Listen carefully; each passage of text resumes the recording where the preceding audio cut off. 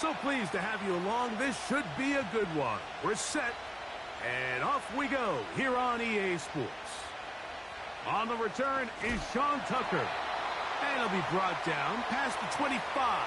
Decent field position to start this drive.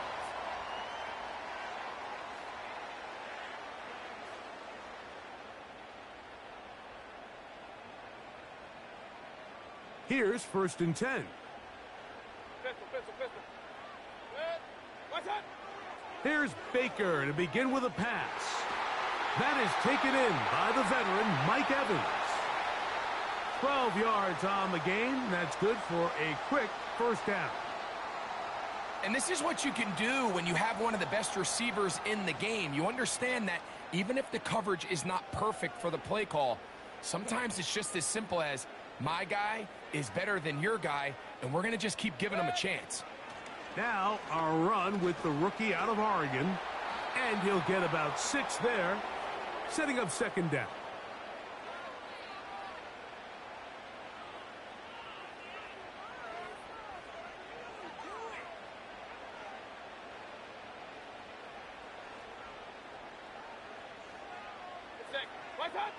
From the gun, it's Mayfield. Throw left side, pulled in by Evans. And that's a 1st down. It will be a gain of 8. One of the easiest ways to negate these really good pass rushes in the NFL, Mike, is just to simply get the ball out of the quarterback's hand as fast as possible. And sometimes it's by design, sometimes it's based on need. But really nice job there by the quarterback, getting into the hands of his receiver and then see what he can do after the catch. They'll come up now for 2nd down and 4. Real. Out of the shotgun, Mayfield. And he will slide to a halt, but he does have the 1st down. I love this call, Mike. 2nd down and short. One of the best downs in football to take a shot. Give credit to the defense. They were ready for it. But a nice job by the quarterback, realizing there's nothing downfield. Take off, turn into a runner, pick up the 1st down. On 1st and 10, here's Baker. That is brought in at the 10. And he's going to be taken down. And really the key to this play was just how fast he was able to get through his progressions. His mind was able to process and go from 1 to 2 to 3 so quickly that he was able to get the ball to the right target on time. And I think so often those two things are different. Being open is one thing. Being open and getting the ball on time, that's what leads to success. And that's what we saw here. Every team makes an emphasis on winning 1st down, but as a defense, when you're able to take them back for a loss, 2nd and long, you can really become more of a pass-centric defense and really tips the scales into your favor. And he will get into the end zone. Baker Mayfield. Touchdown Buccaneers. A terrific way to start this one. Not only a touchdown, but a nice long march down the field. Makes it a long walk back to the bench for the defense. Mike, that's about as good as you can imagine starting a game offensively. To be able to sustain that many plays and be able to cap it off with a touchdown, that is a dream start for this offense. McLaughlin, good on the extra point. And the Bucs will take a 7-0 lead.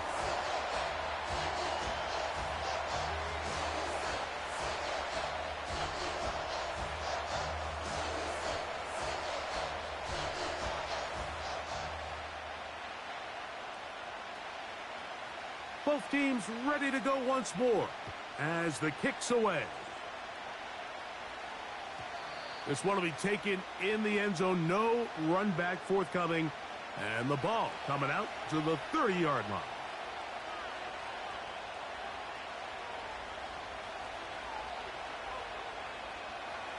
So they come to the line for 1st down and 10. Come on. Hey.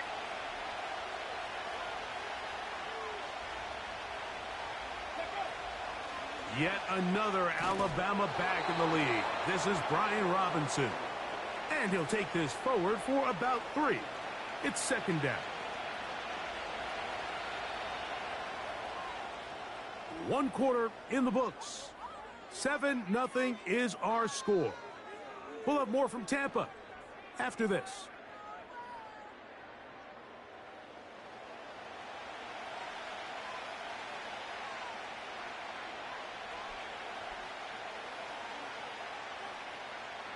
They face 2nd down and 7. Let's go. They run over center with Robinson. And he'll get close to the marker. A nice run, probably a yard short of that 1st down. Very positive returns on that run. I mean, really, the only thing not to like is that they weren't able to move the chains. But you know what? The way he ran there, I think they go right back to him and see if he has even a bigger carry in him. Ready?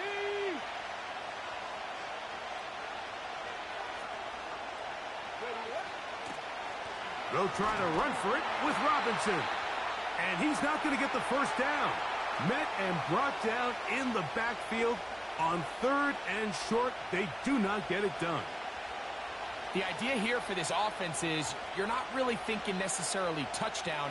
You're thinking 1st down. Let's get a fresh set of downs here and reset. But in this case, they suffer a loss, and it brings up 4th down. They'll go. Here's Daniels. He'll get this one complete to Brown. And he's going to have a Commander's 1st down. They find a way to convert on 4th and 10. A little bit of a risky decision for some, Mike, but frankly, I really like it. I think the days of being aggressive on 4th down, even on your side of the field, are here to stay. And while some people say this is over-aggressive, in this case, the aggressiveness paid off, and they're going to keep this drive alive.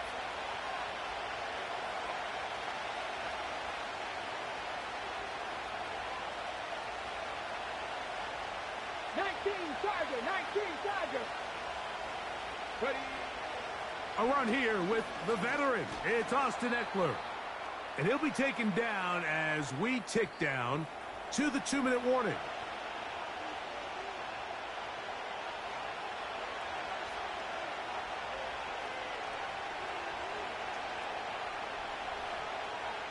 Here's a 2nd and 6.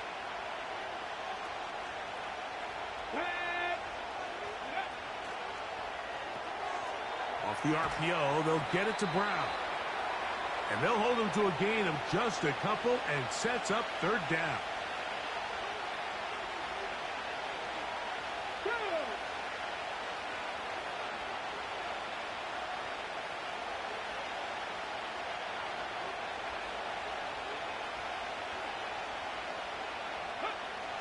Working out of the gun, it's Daniels.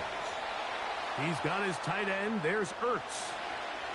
He's in a really nice rhythm here on 3rd down. He appears very comfortable operating out of the gun, and he's able to find his man near the sideline, and he's able to extend this drive.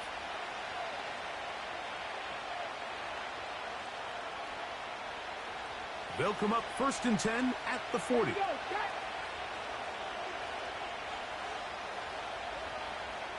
The motion man here is McLaurin.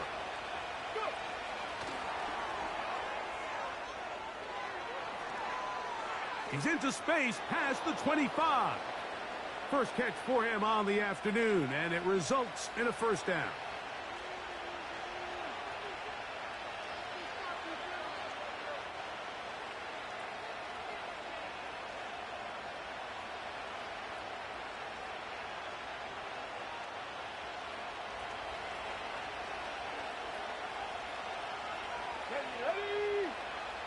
From the shotgun, it's Daniels.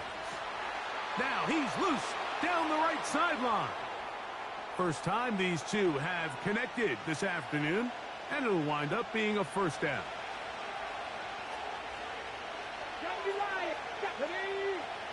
Daniels gonna throw again. And that is caught in the end zone. He's in. Terry McLaurin. Touchdown, Washington. And what a response by this offense. It's not easy taking the field, Mike, for the first time in the game, and you find yourself already down a score.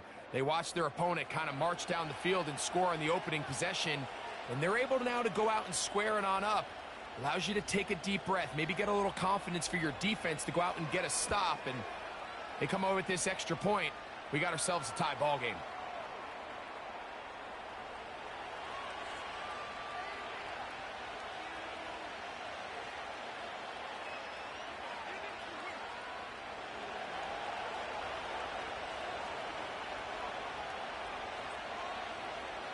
Each team one possession, each team a score.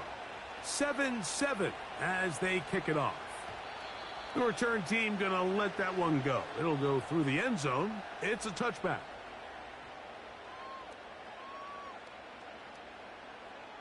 They'll break the huddle. Coming up now for 1st and 10.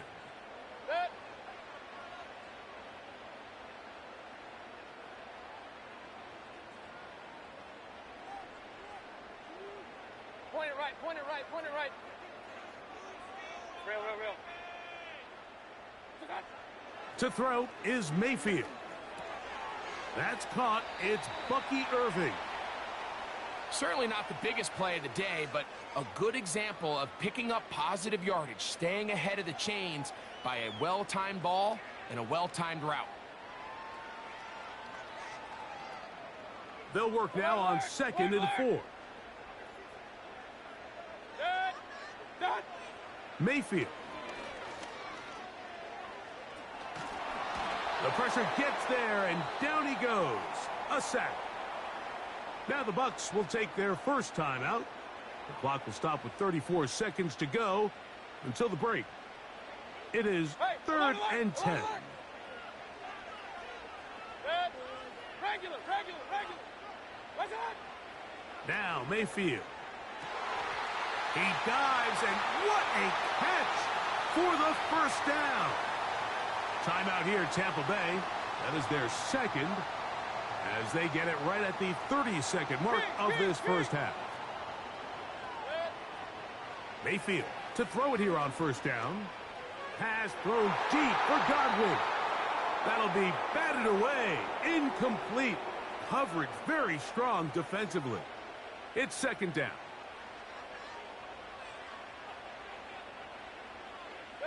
They send Evans in motion. A 2nd down throw for Mayfield. That's over the middle and intercepted. Picked off by Frankie Luvu. And the Commanders are going to take over at their own 41-yard line. And this is going to go down as a pick, but it really was the pressure defensively that caused the interception. I mean, he was a little sloppy with his fundamentals, but I think it's as a result of the guy in his face led to that ball kind of sailing, inaccurate throw, and that's just really good team defense. Now Daniels throwing on 1st and 10. Now pass deep for McLaurin. A whole lot of chances on that one. It was bouncing around, but it falls incomplete. Terry McLaurin, the intended target on that one, and that will lead to a 2nd down.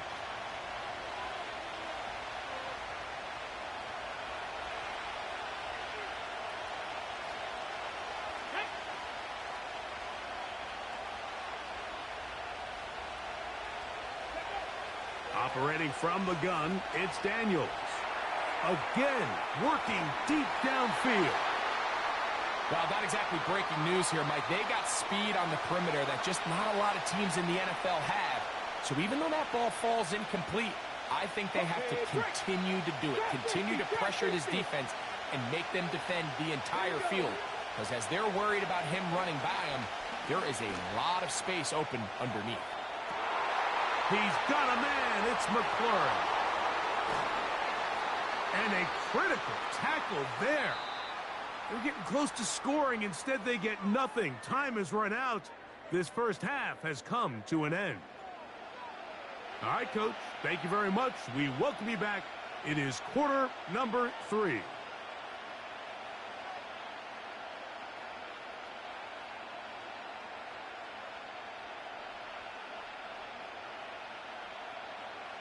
A touchdown apiece. 7-7 the score as we begin half number 2. And no chance to return this one through the end zone for a touchback.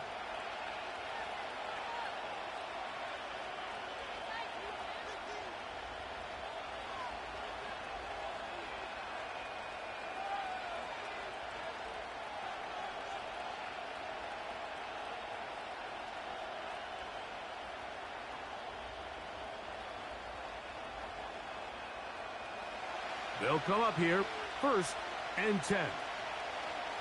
Come on, come on. Hit. Now Daniels. He'll be hit as he throws, and that one will wind up incomplete. Could not step into the throw that time. It'll bring up 2nd down.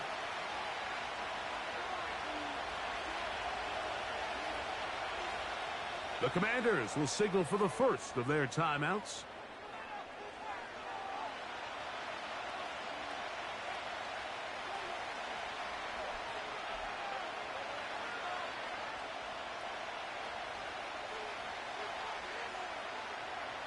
We'll try again. It's 2nd and 10. Let's go.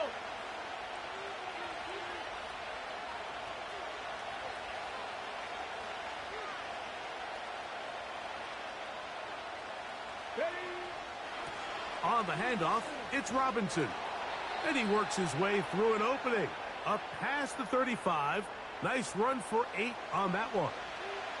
It's tough to completely celebrate, Mike, when you don't pick up the 1st down, but that's a run you will take every single time. I mean, good yardage in a lot of situations, it'll get you the 1st down, just not here. Now a 3rd and 2. Ready.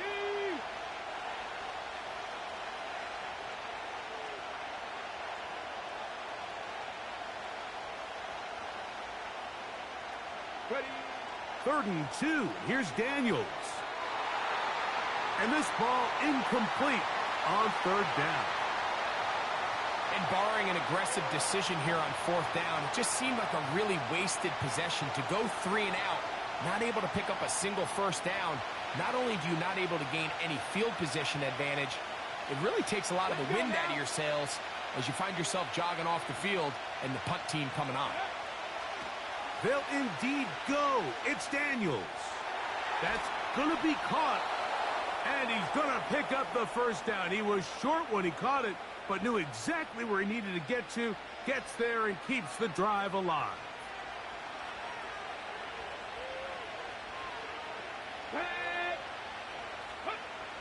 They'll throw with Daniels. Now pass deep for McLaurin. That is knocked away. Incomplete. Good coverage there defensively. All over him. And it'll be 2nd down. There's only a handful of guys in the league who legitimately have world-class speed, and he's one of them. I mean, he's the type of weapon that you 3 or 4 times a game have to just say, okay, my guy, he's faster than your guy. We're going to send him deep and let it fly. And even though that one falls incomplete, you have to continue to sprinkle that threat in because it makes everything else in your passing game that much easier. Set to go now on 1st and 10. Here we go. Strike.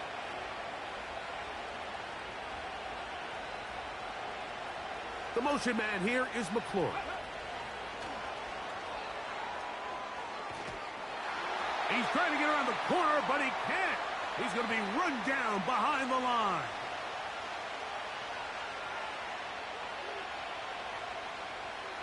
Last play went the wrong way. It sets up 2nd and long. It's 2nd down and 12. Daniels now going to look to throw. That's out to Brown, right side, complete.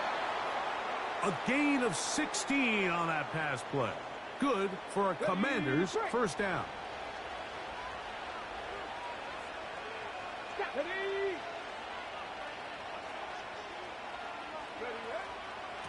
Give to Robinson from the pistol. The speed on display. He's in. Brian Robinson. Touchdown, Commanders. That just feels like a big drive, doesn't it, Mike? Here in the 2nd half, you got a tie ball game. Now you're able to get out in front. Let's see how this other team responds, having to play from behind.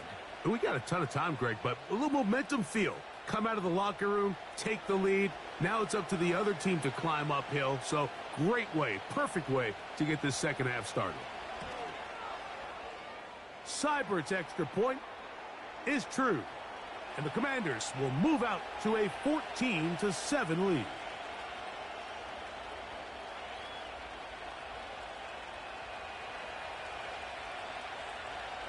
Seibert now following the touchdown. He's out to kick it away.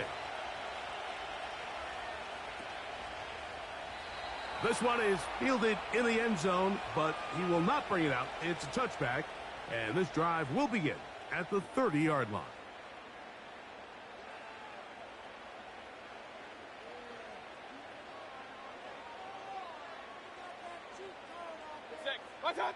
Here's Mayfield working from the pistol. With the middle of the field, he's got Evans. And he'll be brought down just shy of midfield. This is clinic tape for any young wide receiver out there watching this guy run routes. He has the defender thinking everything is a go ball. Attack him vertically, and then when you get to your route depth, you stick that foot in the ground, you break in, balls on time, results in a nice first down pickup. A throw left side, but it's incomplete. He was trying to fit that one in to Mike Evans. And it'll bring up second down. There's a fine line between trusting your arm and having a little bit too much faith in your arm, right? I think this was one of those situations here, Mike, where there was nowhere to go with the ball. He tries to fit that one in there anyway, and he's lucky that it just falls incomplete. On second down, Baker. Nowhere to go. He's going to be taken down. So we are through 3. You're watching the NFL on EA Sports.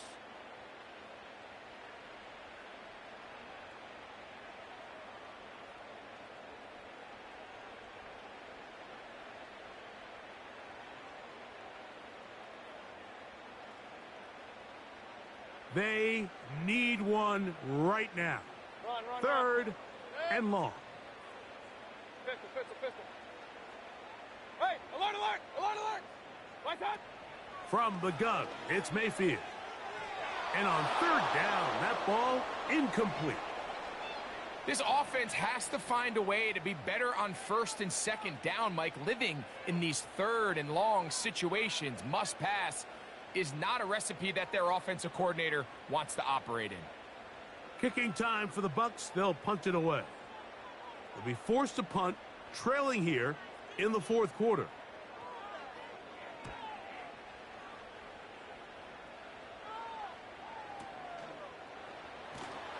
And he'll be brought down. Short return.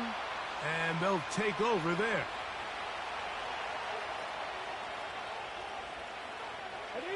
So here's a 1st and 10 now. They'll start from the 24.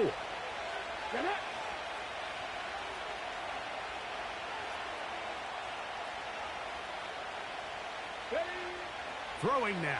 Daniels. Now pass deep for McLaurin. That's caught. And he's out of bounds inside the 30. It's a big play when they needed it the most. A gain of 48. Well, he certainly didn't look like a rookie on that long completion, Mike. Not only his ability to scan the field and find his favorable matchup, but he was able to hit his downfield target in the perfect spot that led to that big gain. And a nice defensive play. Their good awareness coming through to make the play in the backfield for a loss of yardage. After the loss of 3, it is 2nd and 13. Here we go. On play action, Daniels. A ball deep for the end zone.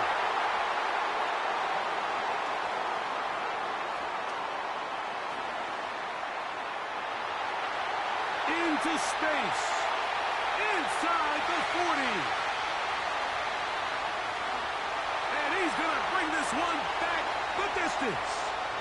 Touchdown, Tampa Bay.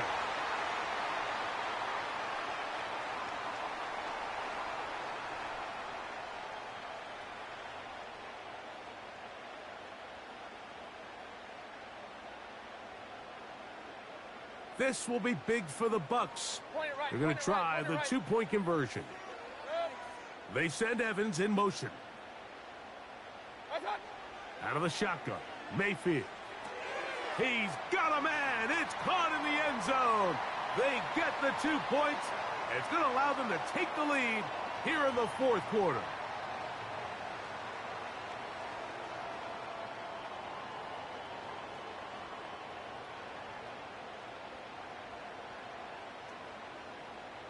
So now playing with the lead after that fourth quarter touchdown. Time to kick it back the other way. The return team going to let that one go. It'll go through the end zone. It's a touchback.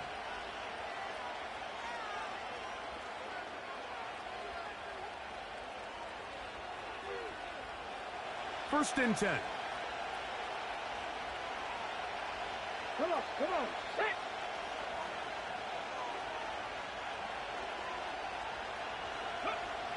To throw is Daniels.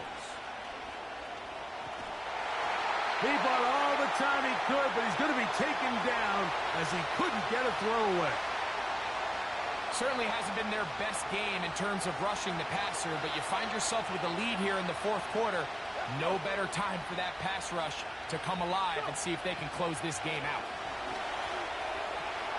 Over the middle, he's got McClurry. And they will bring him down on the other side of midfield. And this is a tricky part of the game for any defense. You find yourself protecting a late lead, and the age-old question is, do you remain aggressive? Do you try to just keep the ball from being thrown over your head and make everything be tackled and played in front of you? That's what every defensive coordinator struggles with, so they can't get too soft here as they try to hold on to this lead here late. Plenty of time, plus 2 timeouts at their disposal. It's first and 10. They'll drop to throw. That's to the sideline and pulled in by Brown. Nice chunk here in this good-looking drive. Pickup of 14 and a first down.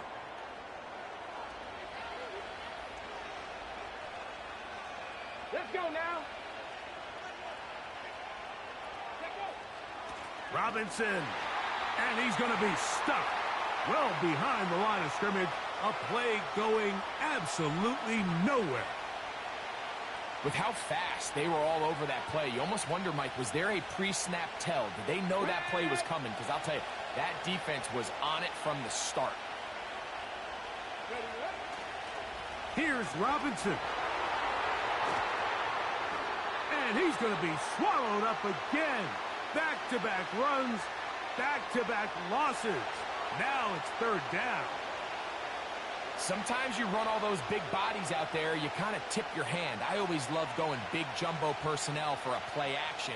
In this case, they keep the ball on the ground. The defense knew it was coming, and they suffer a loss.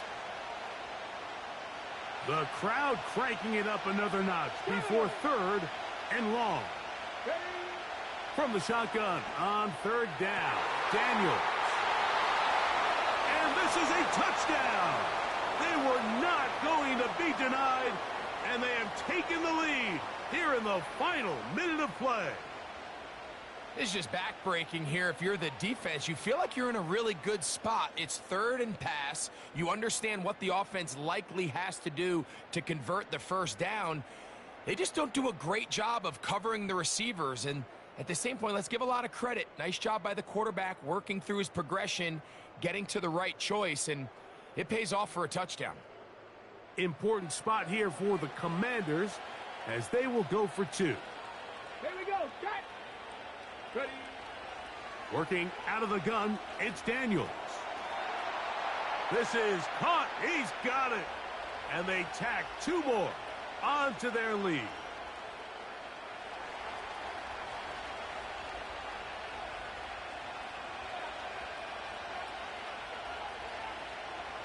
So the kickoff team out there one final time in the final minute as they kick it away.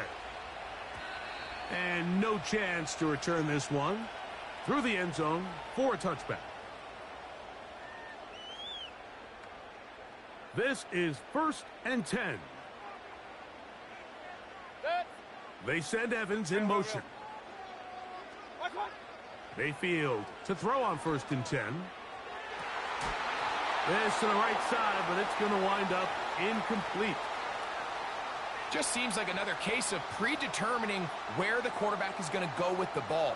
He had a lot of good route options on that last concept. I think if he just remains a little bit more patient, read the play out, let it unfold, will lead to... And that could be the dagger. It's intercepted.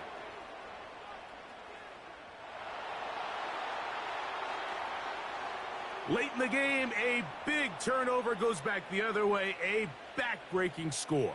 Yeah, and at this point in the game, Mike, you're just trying to make something happen. You find yourself trailing, less than 2 minutes remain. You're just taking some chances. In this case, the chances backfire, and the other team's able to capitalize and take it all the way back for 6.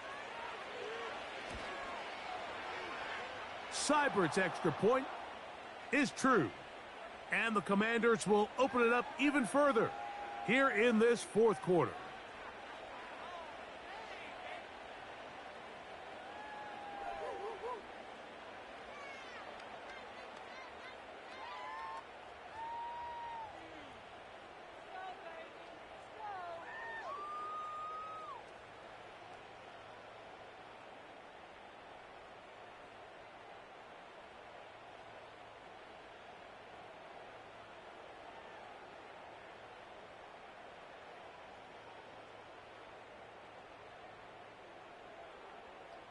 So the kickoff team out there one final time in the final minute as they kick it away. Now it's Bucky Irving to return. Oh, nice return, but he takes a big shot at the end of it.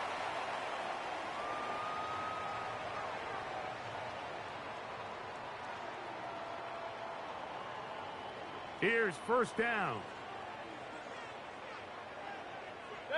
They send Evans in motion. Kings! Attack! On 1st and 10, here's Baker. This pass is caught by Cade Otton. And he is out of bounds, but not until he's inside the 40-yard line. A big play and a much-needed one as well. 31 yards. On 1st down is Mayfield. Open man downfield, that's Godwin. Now the Bucs will take their first timeout. And they stop the clock with 24 seconds to go in the game. They get 25 on that connection. It's a first down for Tampa Bay.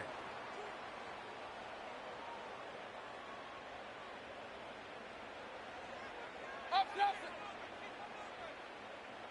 Run. Done. Mayfield to throw. And this is going to be a touchdown. Hold everything. They are not done yet. And with that late score, it's going to give them a little bit of late life here, Mike. But remember, the next series of events is very unlikely. They need to get the onside kick and then likely a Hail Mary situation. So while they definitely have a little bit of a chance, I think it's pretty slim. McLaughlin, good on the extra point. And the Bucs will cut the deficit to 7.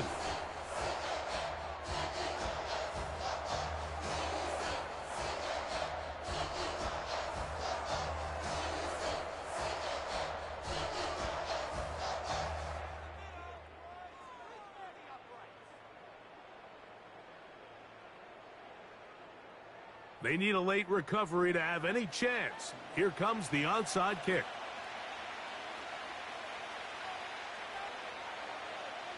The kickoff unit is out there, and they'll send this one away. With the rule changes on kickoff, Mike, it's just so hard to really expect to recover an onside kick nowadays. There's a lot of people pushing for kind of a radical change to this. Hey, can we make it 4th and 15? Offense gets the go. If they convert it, they keep the ball. I'm not sure that ever happens, but we can see here an onside kick, not much of a chance.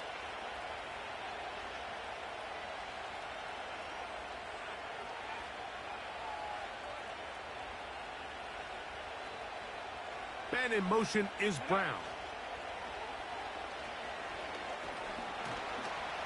And he'll plow forward for a gain of 4 yards.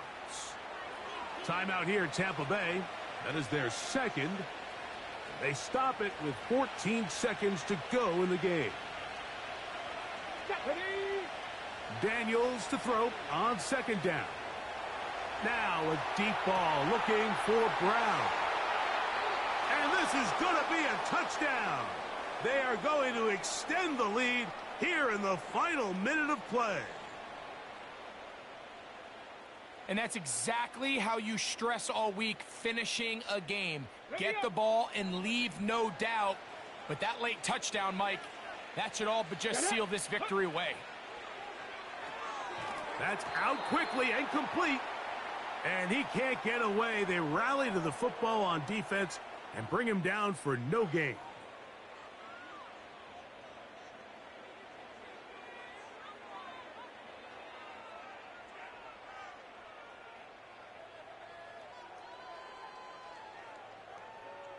Down to the final few seconds of this one as the kick is away. To return is Tucker. And he'll work this one past the 25 to right about the 28-yard line.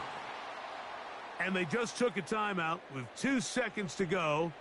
This one's decided. Not sure if they needed to take the timeout, but we'll take it with them. They'll come up for 1st and 10. Here we go. One final play. Pass thrown deep for Godwin.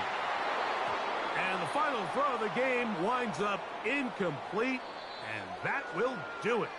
This one comes to an end. So, a win here on the road for the Commanders. This was a game where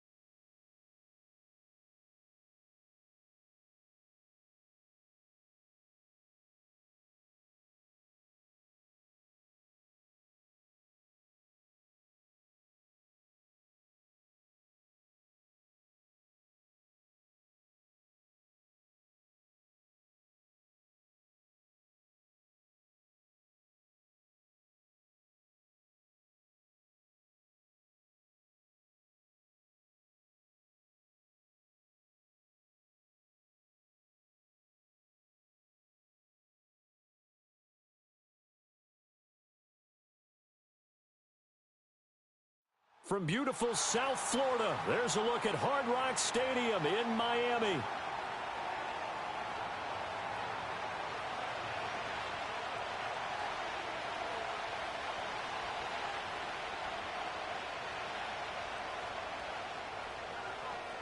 Here's Jason Sanders now to get this one started. And we are underway from Hard Rock Stadium.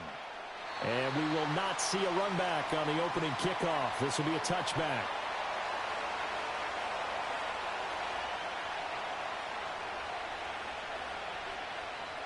So 1st and 10 now from the 30.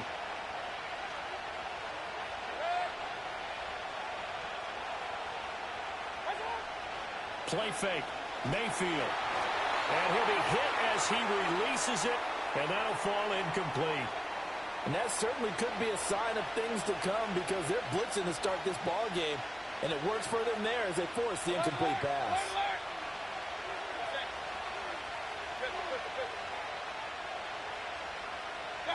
Throwing. Mayfield. It's caught by Mike Evans. And he'll be taken down, but not before they work it across midfield. 23 yards the pickup there. Hey, alert 33. What's up? Mayfield to throw it.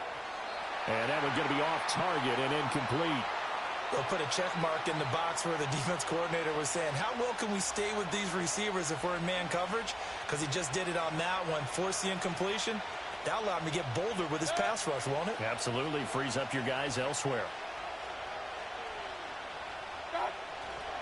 They'll run it. Here's the rookie from Oregon.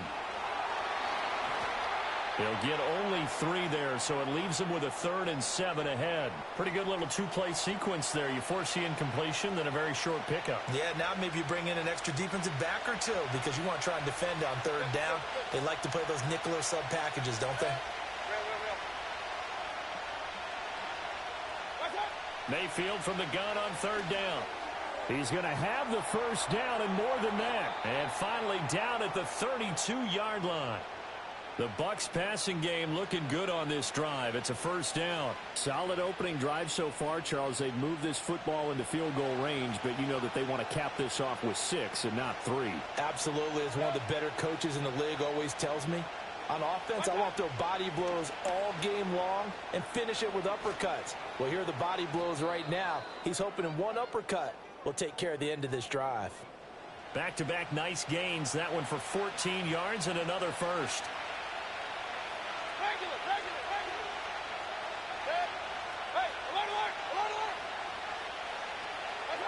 Mayfield. Escaping the pressure right. And able to get this down inside the 15, either the 13 or 14 before he's out of bounds. He'll wind up getting right about 4 there on the scramble, and it's 2nd down.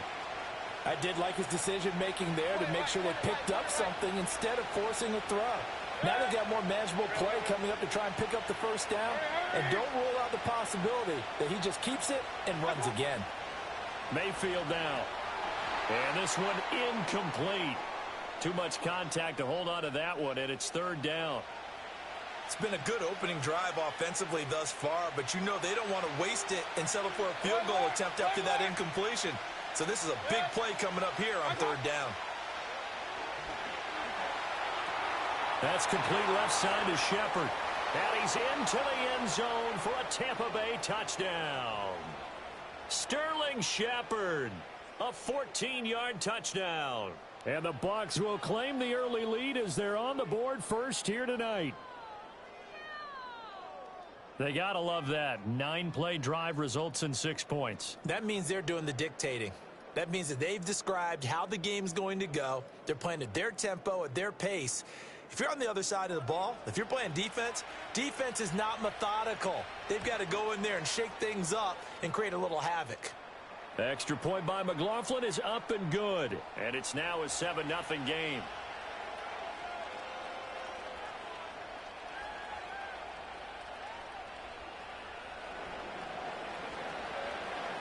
Set now to kick this one away, and off it goes.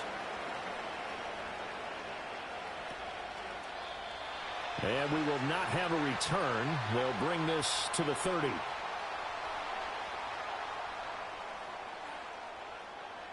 Tagovailoa and the Dolphins come up 1st and 10. Right at the 30.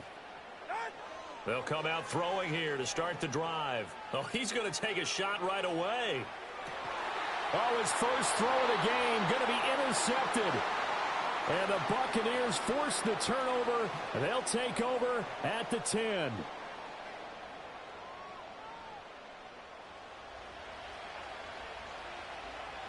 The Tampa offense ready to get their drive started. They'll be looking to duplicate that first drive, the one that got them that 7-0 lead. Of course they would. And look, they're on the road. So getting the 7-0 lead was huge for them, right? Imagine getting up 2 touchdowns on the road, taking the crowd out of the game. It'd be ideal. First down yardage on the first play of the drive. Give him 14.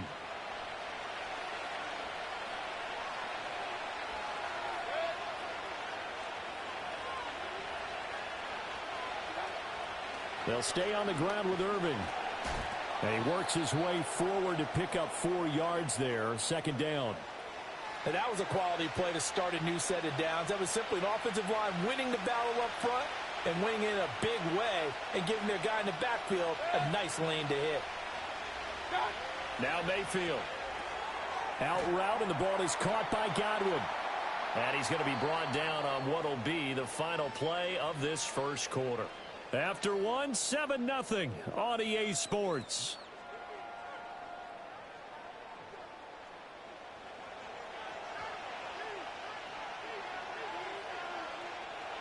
They need 2. Here's 3rd down. They'll try and run here with Irving. And able to get this one across the 45 before he's brought down. 52 yards rushing for him now, and he's carried the ball just 5 times. Now, this is an example of breaking down a defense, because on a lot of these runs, he's getting past the point of attack, and guess what he's doing? Forcing the secondary guys to have to make a lot of tackles. To throw, Mayfield. He completes it to Evans. And they'll get him down as he's inside the 40. A good gain again. That's now 31 yards combined on those last 2 plays. And it's a real luxury when you have a guy who can turn a short throw into a solid gain at any moment. Once he caught that ball, he ID'd where the open grass was and got there in a hurry to pick up a new set of downs for his offense. Here's Mayfield. Forced out to his left. And he is out of bounds inside the 30. He'll wind up getting 9 after tucking it and running, so it'll leave him with 2nd and a yard. Hey, alert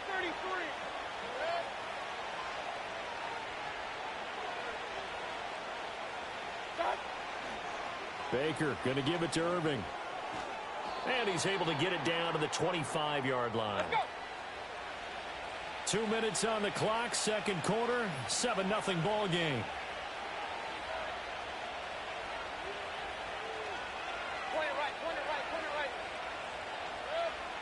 Mayfield looks to throw, eluding the pressure right. And he just gets rid of it, throws it away. A wise move there, looked like nobody open, now 2nd down. An incomplete pass leads to 2nd and 10 from the 25. They'll set up a throw. Now Mayfield lost the football. And this is picked up by the Dolphins. Does the big boy have the juice? And this is brought all the way back. A fumble recovery and taken to the house for a Miami touchdown.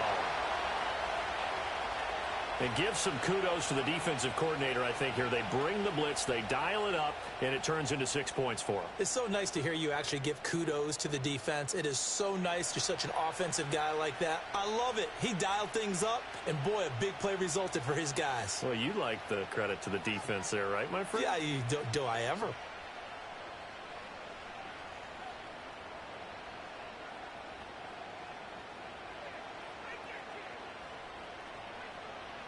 Jason Sanders now for the extra point. It's up and good, and we're tied at 7 here in quarter number 2.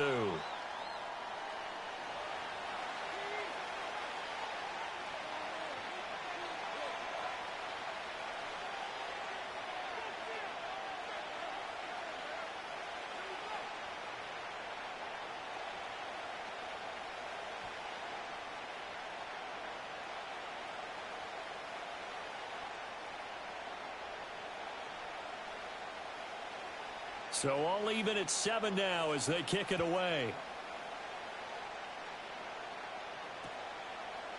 They'll elect to bring it out here from the end zone. And the decision to bring it out, kind of a costly one, as he won't make it back to the 20.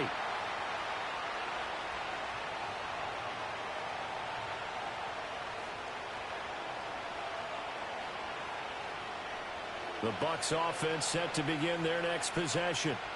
And that last possession, really a gut punch. You seemingly had it working. You were in the midst of a very strong drive, then suddenly the fumble, and you're watching the back of a defender's jersey as he brings it all the way in the other direction. There's not much more I can add to that. I thought you summarized it perfectly, partner. You just got to regroup and start putting another drive together. That's all you can do. He got 29 yards that time. Back to throw now on first down. Delivering a pass here to Evans on the out route. And he's out of bounds as he gets this down to the 45. So they'll get 8 out of that completion, and they'll be left with second and a couple.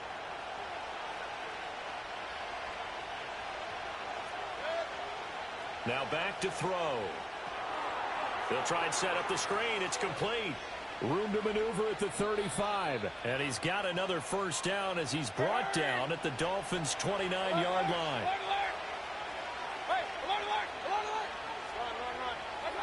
Back to throw again. Out to the right here to Shepard. And out of bounds right around the 20. So the completion results there in 9 yards. And that'll give him a short yardage situation here for second down. From the shotgun, it's Mayfield. And that one will fall incomplete. Clock here now just under 30 seconds to go in this first half. I'm really liking what I'm seeing from this defense because their coverage has been playing at a shutdown level so far. Even backed up late, they're forcing incompletions and fighting to keep him out of the end zone as the first half winds down. He had a man open, but he missed him, and it's incomplete.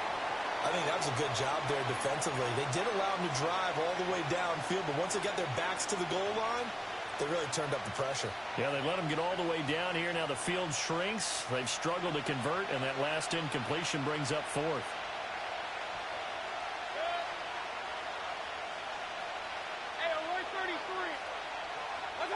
Now Mayfield on fourth down. Able to find the open man. That's complete. And he'll be taken down, but he does have first down yardage.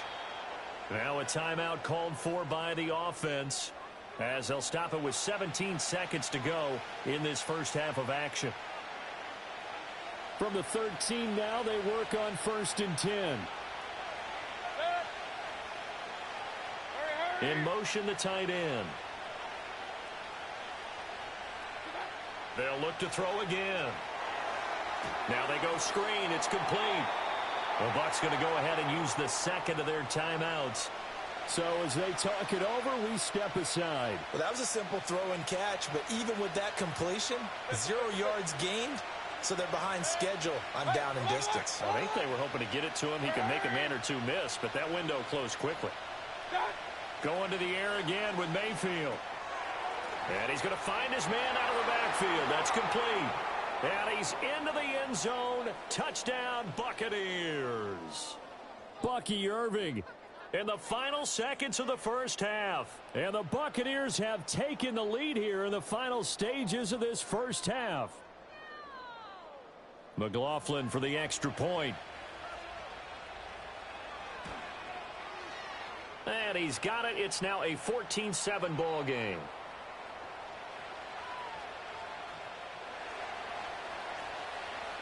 So just 8 ticks remaining here in the first half as they'll kick this one away. And not willing to risk a return. This ball's going to come out to the 30-yard line.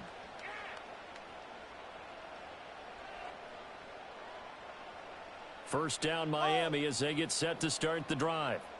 And with 8 seconds on the clock, really not a lot of time to try to put anything together. And going deep for Hill. And that's caught inside the 30.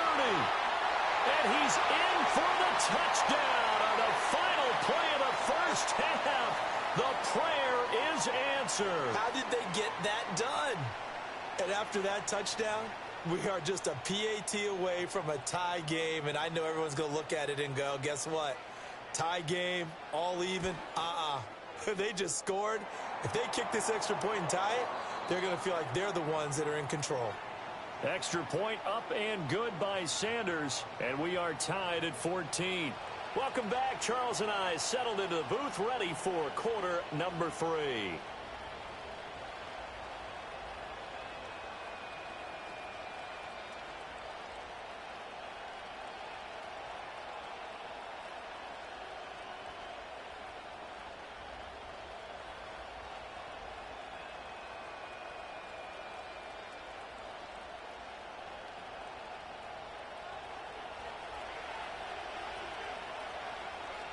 And ready to get the party started for the second half. It was an even first half, all tied on the scoreboard.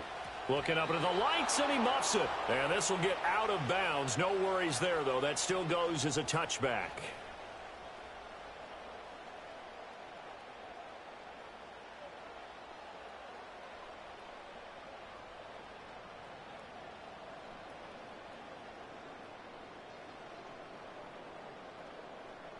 The Dolphins at the line, ready for their next drive. It's a tie football game here. What do you think, Charles, the message was at halftime? Well, I think that they probably just looked at things and said, we're fortunate that this is a tie game. No need to panic, no need to change a whole lot. We didn't play anything close to our best in the first half, so we don't have to go out and win one for the Gipper. Let's just go out and play our best football and win one for us. Yeah. Ready. Hey. Throwing now is Tagovailoa. And going deep for Hill. And this is caught. And he will take it in for a Dolphins touchdown. Tyreek Hill, his second touchdown of the night. And the Dolphins have broken our tie as they take the lead. I know we often laugh, and sometimes we even exalt the guys who are great trash talkers and give us some really funny lines. But the bottom line is absolute production on the field. His second touchdown of the game, and they lead. And now they'll be looking to their defense to preserve that lead. The two are going to try and throw for it. And this one incomplete. So they went for the 2. They don't get it. I don't know about you, but I can't wait for a few years of two-point tries and see what the data tells us, because a lot of teams want to throw the ball in this situation, this time unsuccessfully. I just wonder if maybe running the ball might be the way to go. With it moved up from the 3 to the 2, you would think maybe a few more attempts at running. I think stats over time may bear out that running the ball will at least be the equal of throwing it in that situation. The Tampa offense ready to get their drive started. And, Charles, it feels like we're set up for a good second half here. Came out of the locker room, one-score game. Now the lead has already changed hands. Well, this offense, they've got an opportunity right now to take that lead right back. Yeah, and it feels like you're going back and forth, almost a little bit like a tennis match, right? And we're just, our heads just keep moving. Which side has it? Which side's going to score? How are they going to go out doing it? A little bit of a challenge for each side, trying to match each other.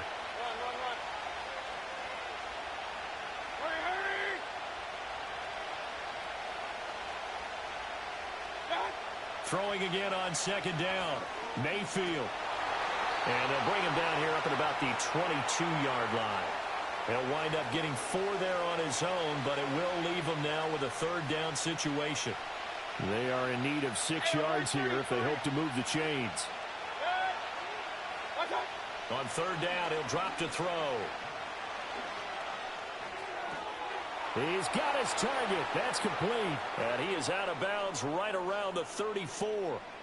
That's good for a Buccaneer first, a pickup of 12 yards.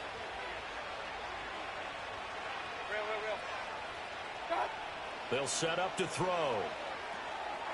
Now he'll dump it underneath to his running back, complete.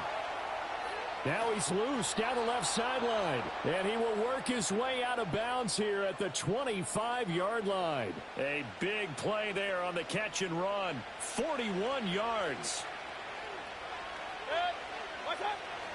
On 1st and 10, here's Irvin. And he is met in his tracks behind the line of scrimmage. What a difference a play makes. A huge step forward and now a small step back as he loses a yard or two.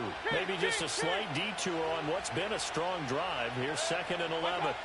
They're going to look to throw. Flush to his right. And he's just going to get rid of this thing. To no one here. He throws it away. And now it's 3rd. Well, defensively, they haven't let him just sit in the pocket and get comfortable. And that's opposite a lot of game plans in today's NFL. Ordinarily, you're trying to keep the quarterback hemmed in. In this case, they brought the heat, and if he flushes out, they're fine with that, and they force another incompletion. Throwing, Mayfield. That is caught. And he's into the end zone for a Tampa Bay touchdown. Sterling Shepard with his 2nd touchdown of the night. And the Bucs have even the ball game with a chance to take the lead here in the final minute of this 3rd quarter. McLaughlin now to add the PAT. And that one puts them on top here in the 3rd.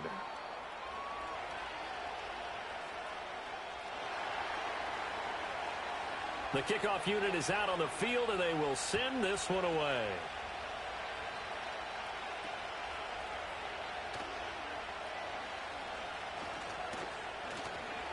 And he's all the way up across the 40 and down at the 42. Great return.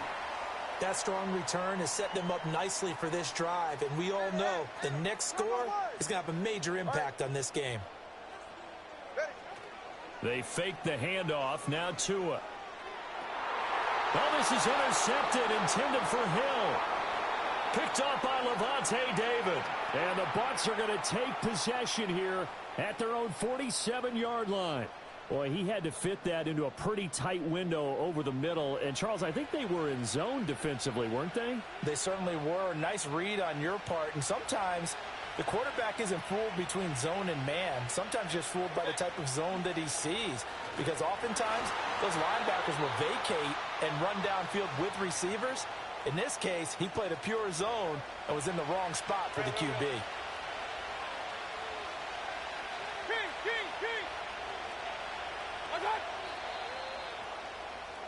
And as they come to the line, they will not be able to get off another play as time has run out.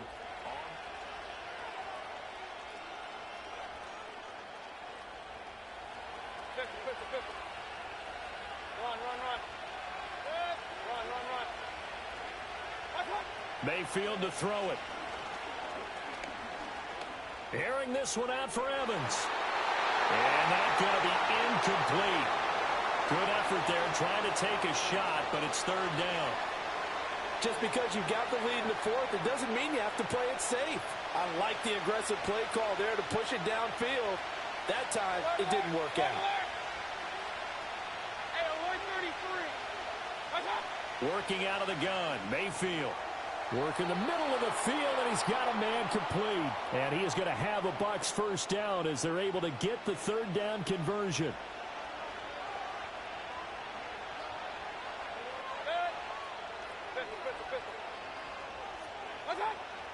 A run up the middle with Irving. And that play going absolutely nowhere as he's belted before he could get out of the backfield. Bradley Chubb came in and got him. I think as a running back in this spot, you have to understand there's not going to be a whole lot of room to run.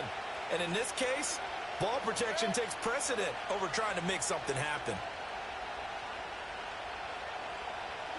Mayfield down. And that will be incomplete. Trying to dial up the long one way out there, but it'll be 3rd down. That's some good closing speed there defensively because that looked open for a minute. That's great work with the ball in the air. Never gave up, converged on his man, and broke the play up.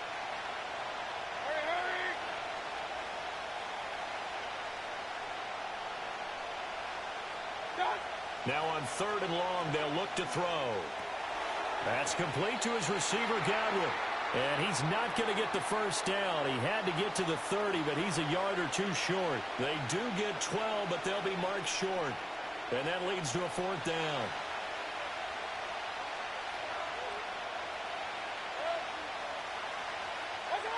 Now Mayfield. This is Shepard on the catch. And he'll be taken down, but he does have first down yardage. That one a backbreaker as they wind up converting there on fourth.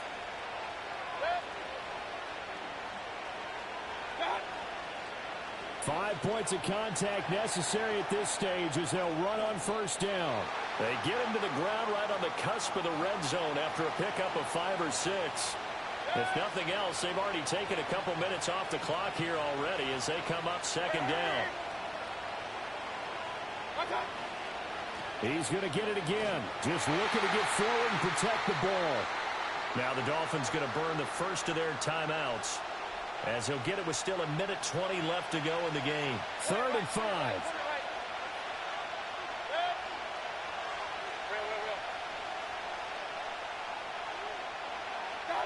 Here's Mayfield. Open man has got it. It's complete. Good game. And he is going to have a Bucs first down. All smiles on that sideline. That should be the one to do it. But they picked up a little bit of yardage there, and now...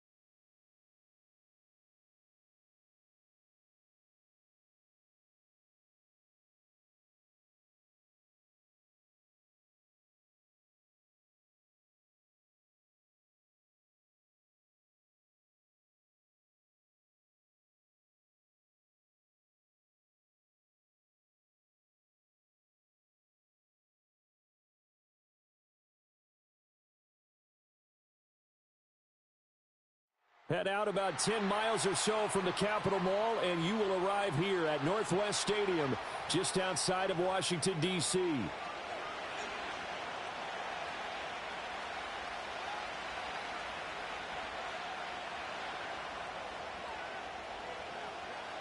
Here's Austin Seibert now to get this one started, and off we go from Northwest Stadium in Landover. And the opening kickoff will not be returned, as that will be a touchback.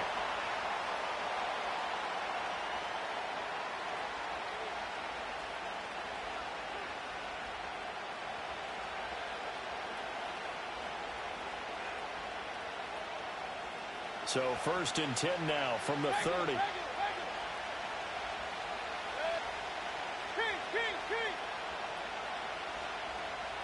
Baker going to throw this right away. It's caught by Mike Evans. And they're going to have this across midfield and inside the 45. That'll wind up a gain of 27 on the catch and run. From Commander's territory now, it's 1st and 10. At the 43. Mayfield. And past the 35, he'll be dropped a yard or two shy of the 30. Nothing open downfield. He keeps it himself for 11 and a first down. That's the first time he's called his own number, but he's got to be overjoyed with the results. He wasn't just going to settle for a modest gain. To me, he was determined to come through with a big message to a defense that slept on him in the pocket. A shotgun handoff here to Irving. And he'll be brought down at the 27-yard line. It's a 6-yard gain on the ground, and that'll make it 2nd and 4. A quick burst there, and he nicely bit off a pretty decent gain.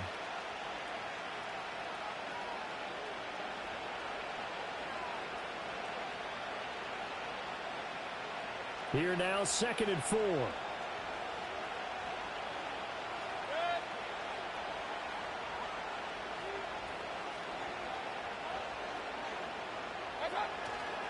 Once again, it's Irving. And he'll be a couple yards shy of the red zone here at the 22-yard line. A gain of 5, good enough for the first down. A couple of nice carries back-to-back here, establishing the ground game a bit. Yeah, these aren't bare-bones runs now. I mean, they're getting substantial yardage, the kind of yards you're looking for, right? Let's go ahead and use a cliche. Stay ahead of the change, right?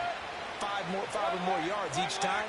That's what you're looking for in setting a tone and getting your offensive line going. Good sign on the opening drive. From the gun, Mayfield. He's going to find his running back. It's complete. And on this one, he'll get to the 15, right at the 15-yard line. So the completion good for 7 there, and it'll be 2nd down. And they're getting him involved early. You feel like they saw something on tape, or they just have a sense with him because he's had a good week of practice or something in that area that they want him involved. Just as you said, they want him to touch it either in the running game or the passing game, but they must like the matchups they're getting. They stopped after only a yard, taking it down to the 14. And the big fella stuffed that one up in a big way. I think doubling him has to be a priority because you can't move up to the next level if you don't take care of him first. It's been a 7-play opening drive, and this is 3rd and short. To throw, Mayfield. Evans has it left side. And the Buccaneers are going to have 1st and goal coming up as they're able to convert there on 3rd and 2. Well, only their first drive, Charles, but they talked to us about needing to convert on 3rd down, in particular not letting 3rd and short opportunities slip through their fingers. Well, they were successful right there. It also tells you that they're successful on 1st and 2nd down as well to get to 3rd and manageable and make them able to pick up those first downs. Now here we are, 1st and goal. They've got to like what they're doing on this drive. No score after 1 on EA Sports.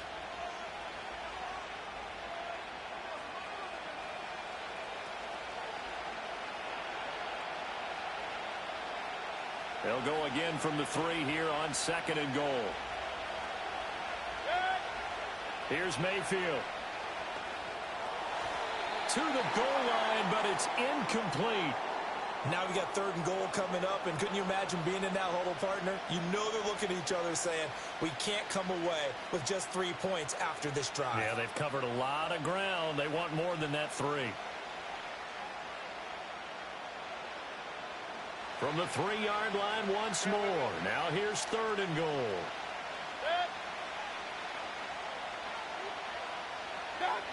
Mayfield looks to throw. That one behind his receiver and incomplete. Boy, such a good drive. You'd hate to have it end in 3. Do you think about going for it? Absolutely. I mean, the fact that they've moved the ball so well should lead you to the decision that maybe we should go for it right here. Also, as a head coach, show some confidence in your team. Let them know you think they can go get it.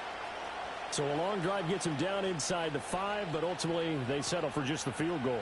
And I have to think that if maybe they were a yard closer, that would have made their decision tougher, and I think they likely would have gone for it. But in this situation, they just decided to take the 3, and I think it was a smart move.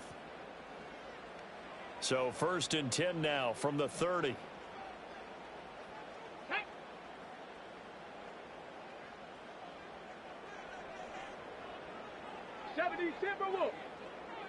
Check, Panther. Go. Throwing now is Daniels. Open man is Noah Brown. And he goes out right around the 39. So the completion results there in 9 yards. And it'll bring up a 2nd and short. Here we go. Working out of the gun, Daniels. That's complete. Terry McLaurin with it. And he has a big gain inside the 40 before being dropped. Now Daniels. This one into the hands of Crowder downfield. And he's out of bounds. Almost gets to the 10. From down at the 12, it's 1st and 10. Come on. To throw is Daniels. He's got it. Touchdown, Commanders. Zach Ertz.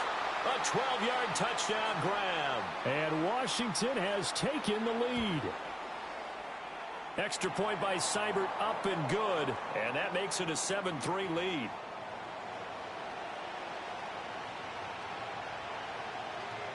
Following the touchdown, here's Seibert now to kick it off.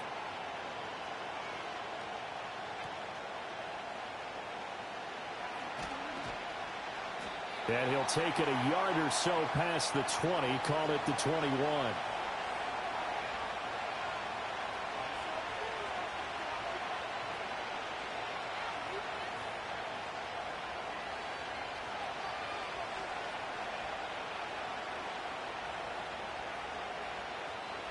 The Bucs offense set to begin their next possession.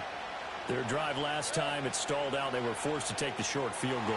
And the key phrase, you nailed it. Force. There he goes, right side. Chris Godwin, touchdown, Tampa Bay. Chris Godwin, 79 yards. And the Buccaneers have regained the lead. They had just given up the lead, and they get it right back. Yeah, how about that? Answered quickly. Get right back to it. And look, long drives have their place. We know that. They can wear teams down. But when you hit them with big plays like that, that can really be a shot to them. A big-time one. Yeah, one play, but now your defense is probably saying, man, we could have used a little more rest over here. And no chance to see a return on the dynamic kickoff. They'll move this out to the 30-yard line.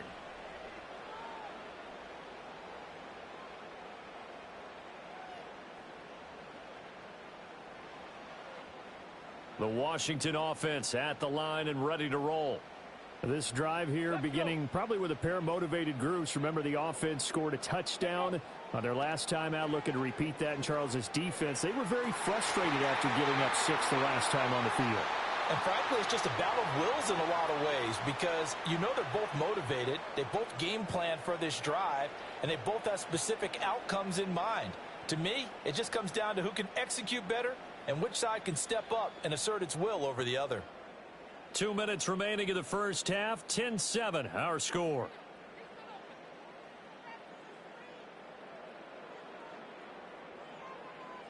Ready? Daniels looking to throw. And down he goes. A Buccaneer sack. It looks like a 12-yard loss there on the first down sack. That huge loss on the sack makes this job much more difficult. It's now 2nd down and 22 yards to go. Under pressure, they got him again.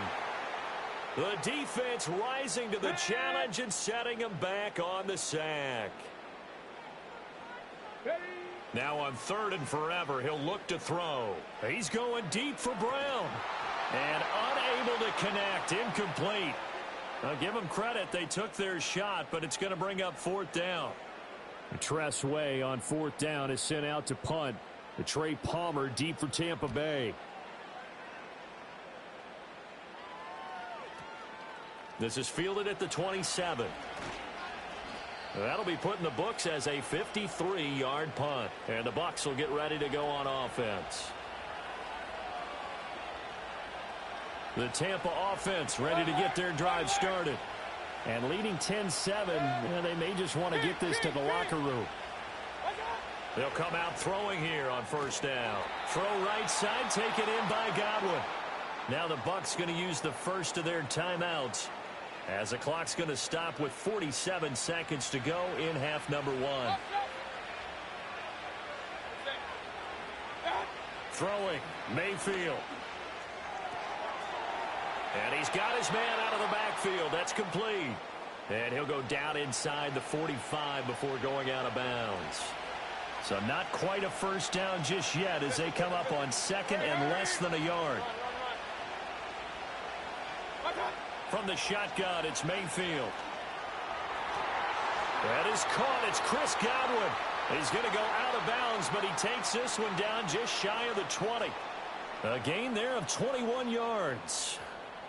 So in the second quarter, he's already up over 100 yards receiving now. And isn't 100 the magic number for a really good game for a receiver? So he got a chance to really shatter that and have a profound effect on this game. Alert, alert, alert. They'll throw again. Here's Mayfield.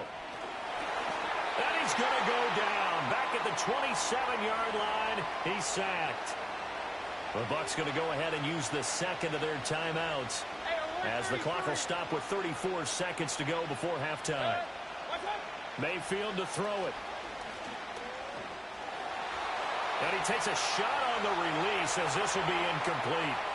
The pressure really ratcheting up. They get the sack on first down, then a near sack. They got to him there just as it was leaving his hand. Yeah, they might need to change their pass protection scheme a little bit. Maybe bring another guy into the backfield to help protect the quarterback because that was awfully close. An incomplete pass on that last play, and that means they'll need to come up with something here on third down. Hey, alert, alert, alert, alert. Watch out. Mayfield now.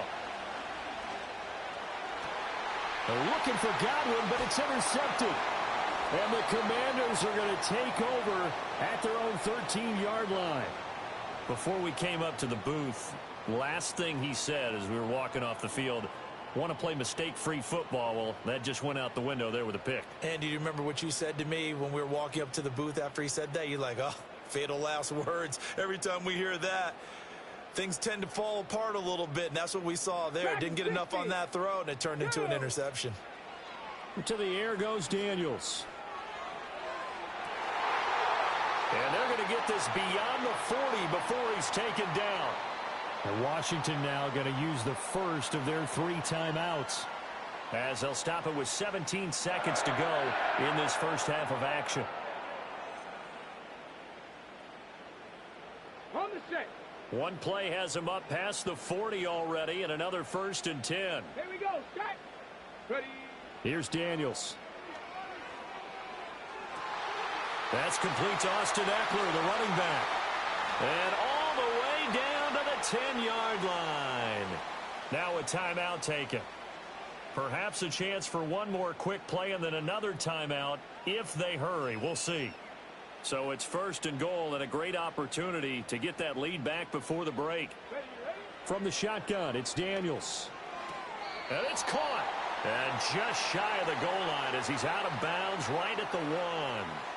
A gain of 9 there. Sets up 2nd and goal. And that extra yardage makes this upcoming field goal attempt much more manageable. Agreed, because when you talk to defensive coordinators, they always tell us the 35-yard line on our side of the field, that's the line we guard the most aggressively, because once they get there, they believe they're in field goal range. That was an interesting look there because as soon as he got outside the pocket, I thought he was going to take off and run for yardage. But what often happens now with these quarterbacks who can move, defenses want to try and keep bodies in front of them, and I think that discouraged him from taking off and made him try a pass downfield that fell incomplete. Get it.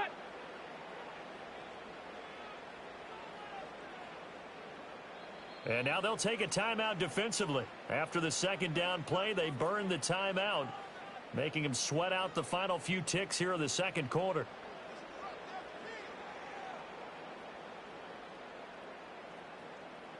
Ready, set.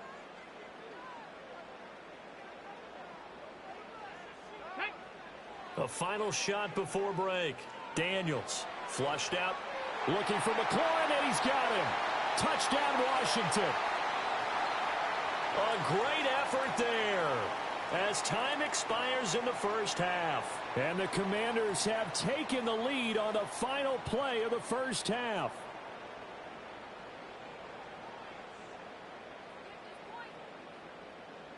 Seibert on for the PAT. And that makes it 14-10. So we've hit intermission. It's halftime. This is the NFL, and it's a presentation of EA Sports. And we welcome you back now. Alongside Charles Davis, I'm Brandon Gaudin, getting set for quarter number 3 here. Second half about to start. The Commanders have the lead. They'll get it first as we are back underway. And we will not see a return of the dynamic kickoff. And the first drive of the second half will commence from the 30-yard line. Okay, ready? Out there set and ready for this next drive, the Washington offense. And Charles, they've got the lead. Put your coaching hat on here now. What's the game plan for the second half? I think getting the running game going a little bit more, because I thought in the first half they didn't get it moving the way that they would like. They had success throwing it, but I think these first couple of drives, they'll want to get those running backs going and give them more opportunities, and I will guarantee you that those guys were lobbying for them in the locker room at halftime. And looking for McLaurin, but this is intercepted. And the Buccaneers are going to have the football here at their own 35-yard line. That is a tough way to start the third quarter. You get the football, hoping to drive it down, put it in the end zone, and take the lead. Instead, they give them the football. And I think the key here is for them to not get discouraged. That is not how they drew it up, not how they saw it in their minds. But there's a long way to go in this game. You know, they've just got to find a way to come back one play at a time. Yes, it's a cliche, but they can get it done. It's hauled in by Shepard. And he slips up past the 45 before being tackled. A gain of 11 to kick off the drive, and it's a quick first down. And this was a nice example of an offensive coordinator scheming his guy open. Just a little underneath route, just trying to free up some space, and it worked awfully well.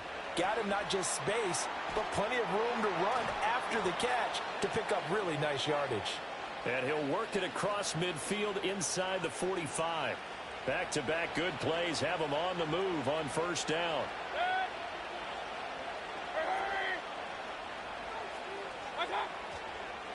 Straight ahead, it's Irving. And he'll work this forward for about 3 at second down.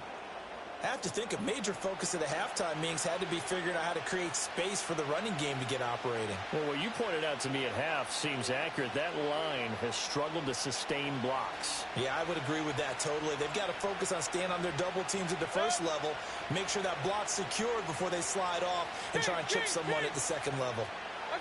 Now Mayfield. And this winds up a pickup of 2, maybe 2.5 to about the 39.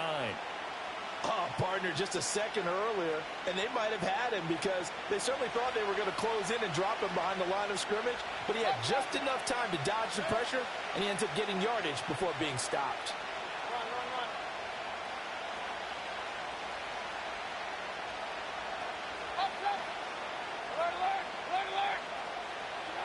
Out of the gun now on third down. And this pass broken up. And the contact well-timed there, and now fourth down.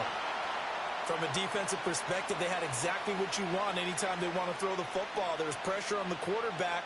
They were getting after him, and they tightened down on the receivers and forced the incompletion. And no move to get the offense off the field. They're going on 4th and 5.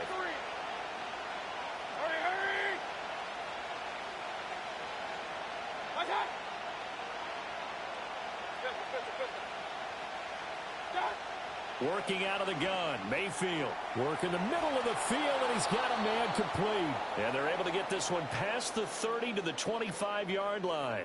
4th down, no problem. Just a ho-hum pickup of 14 to keep the offense on the field.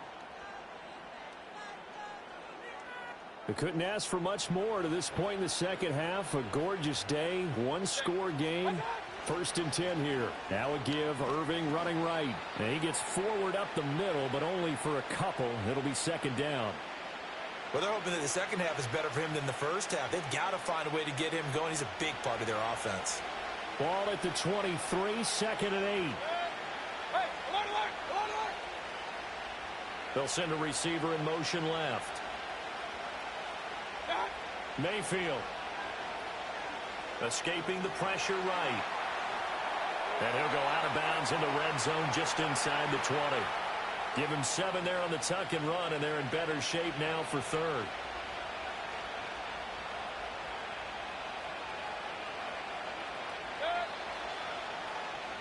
And they're not going to get to the line to run another play, so we will switch ends as the third quarter has come to a close. You're watching the NFL on EA Sports.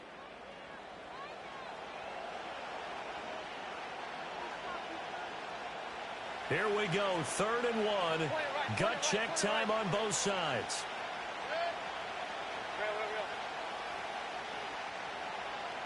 They'll send the tight end in motion. To throw, Mayfield. He's going to get that to his running back out of the backfield. And the Bucs are going to have a 1st and goal coming up as they find a way to convert there on 3rd and 1. That's a big conversion there on 3rd down, and this has been a great drive. You know, at this point, they'd hate to settle for 3, but they've created a fresh set of downs and a 1st and goal. Dancing to his left. He throws it on the move, but can't connect as that falls incomplete. They certainly did a nice job improvising there, extending the play, hoping someone would come open downfield, but they never did.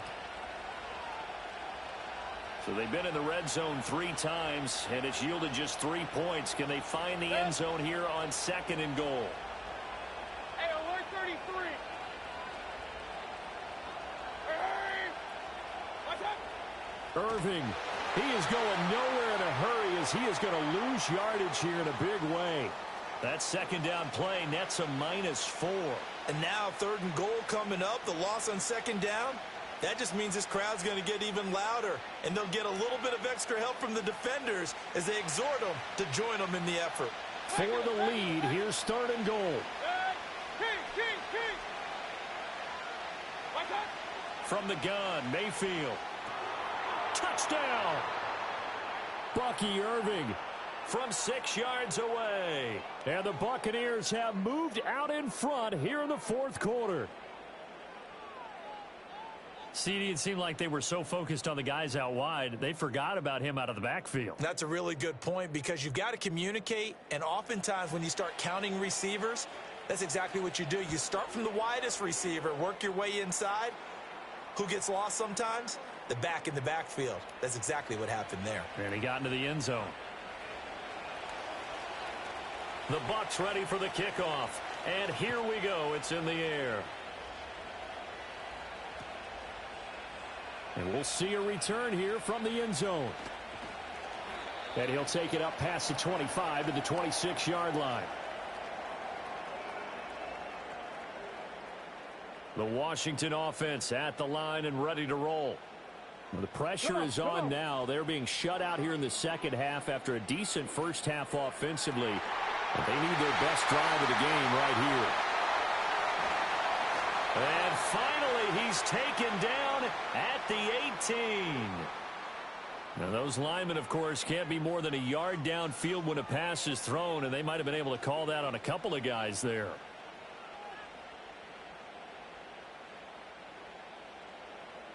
Let's go. Operating from the gun, Daniels. Oh, the ball comes out on the hit, but they'll say it's incomplete. Tell you what, partner, after he ices down, he's going to need a nice long soak in a hot tub after this one. He's been under duress the entire game. Oh, yeah, once again, hit as he throws. Fortunate that one wound up incomplete. So they'll come up after the incompletion for 2nd down. 18 Rattler. Operating from the gun, Daniels. And that falls to the ground, incomplete. A nice job of bodying him up defensively, and now it brings up 3rd down. He did a fine job there of not hitting him before the ball arrived, and I've got to tell you, you can often mistime that play because of the angles of approach. When you're going to get him, sometimes you panic as well and think, I've got to be there right now. Instead, in this case, timed it perfectly and knocked it free. And he'll have it past midfield almost to the 40 before being taken down. Well, this is where an offense needs to show what it's made of, and in fact, where a quarterback needs to show what he's made of, trying to engineer a 4th quarter comeback, and he hits a big one right there. 3 points separating these two sides with 2 minutes left to go in the 4th. Plenty of time. All 3 timeouts still remain. Here's 1st and 10 now. Panther 60. They'll run for the first time here with Brian Robinson. Down to about the 37. 2nd and 6 coming up. Bronco 80. They'll look to throw.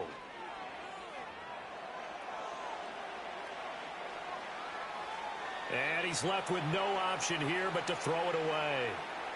I see you nodding your head up and down. That's a very heady decision at this stage of the game. Out of the pocket, nowhere to go. Just get rid of it. That's a smart play because you're not worried about your completion percentage, and you're also not trying to force it into bad traffic as well. Throw the ball away, live to fight another down. A big play looming on third down. He's back to throw.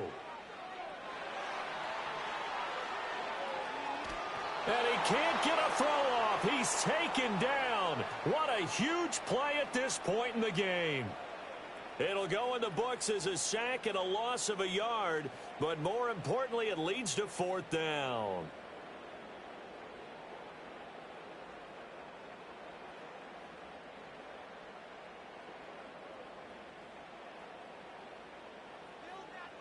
Here we go. Start. Let go. Daniel's going to throw for it. And he's brought down. Can't do anything with a football. It's a sack and a turnover on downs. They had to go for it with such little time remaining. And this defense will take over right at midfield. Alert, alert. Alert, alert. We've got to have two hands on the football here as they run on first down. And he is going to be stopped cold behind the line of scrimmage. Hey, alert, alert. Alert, alert. Stop, stop.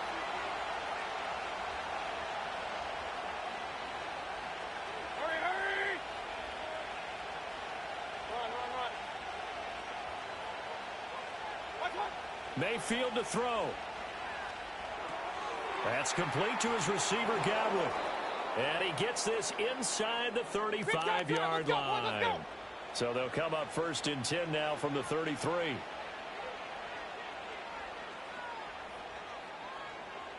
Baker changing the play at the line. Hurry, hurry. Watch out. They run out of the gun with Irving. And not much running room. Down to the 32. And Washington now going to use the first of their 3 timeouts, as they'll stop it with 11 seconds remaining in the ball game.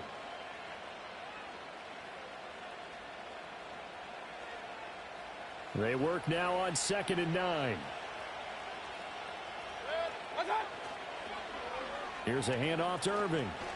And only able to get 2 here. Stopped at the 30. So now with 6 seconds remaining, we get a timeout on the field. Charles, why didn't they just take the knee there? You're asking the question that I'm asking as well, because we've seen a lot of football where coaches decide maybe they get a little greedy. I don't know if they're doing it for stats or for what reason. We've seen it happen in college, and how about in the NFL? The miracle. And he is going to be run down. What a disaster there. A huge loss. Well, that second half, Charles, a little bit different.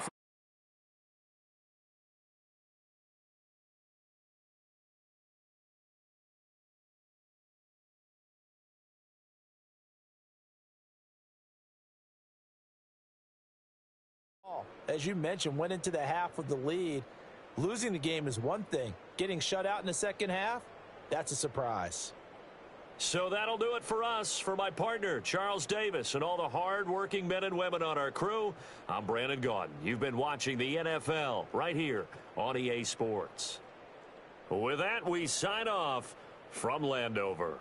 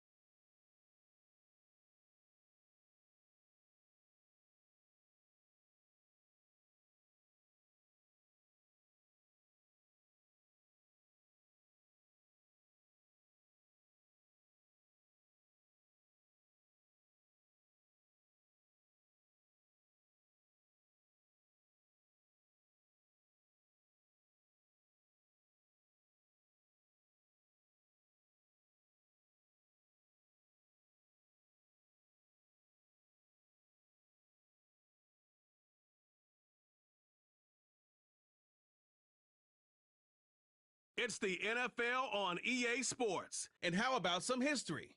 We've got two of the league's founding members. It's the Chicago Bears and the Arizona Cardinals. And it comes your way next on Madden Football. EA Sports coverage of the NFL takes us to the Valley of the Sun at State Farm Stadium here in Glendale. Alongside my broadcast partner Charles Davis, I'm Brandon Gaudin. And as we look at this matchup, every time there's something different to focus on. So I'll just ask you, what do you see here in this one? Well, Rembrandt, you've given me a pretty blank canvas to focus on, haven't you? Yeah. Where do you think I'm going to go with this? Secondary? You know me well, right? In a game like this, it's always about the secondary. Can they handle the passing attack and make a few plays?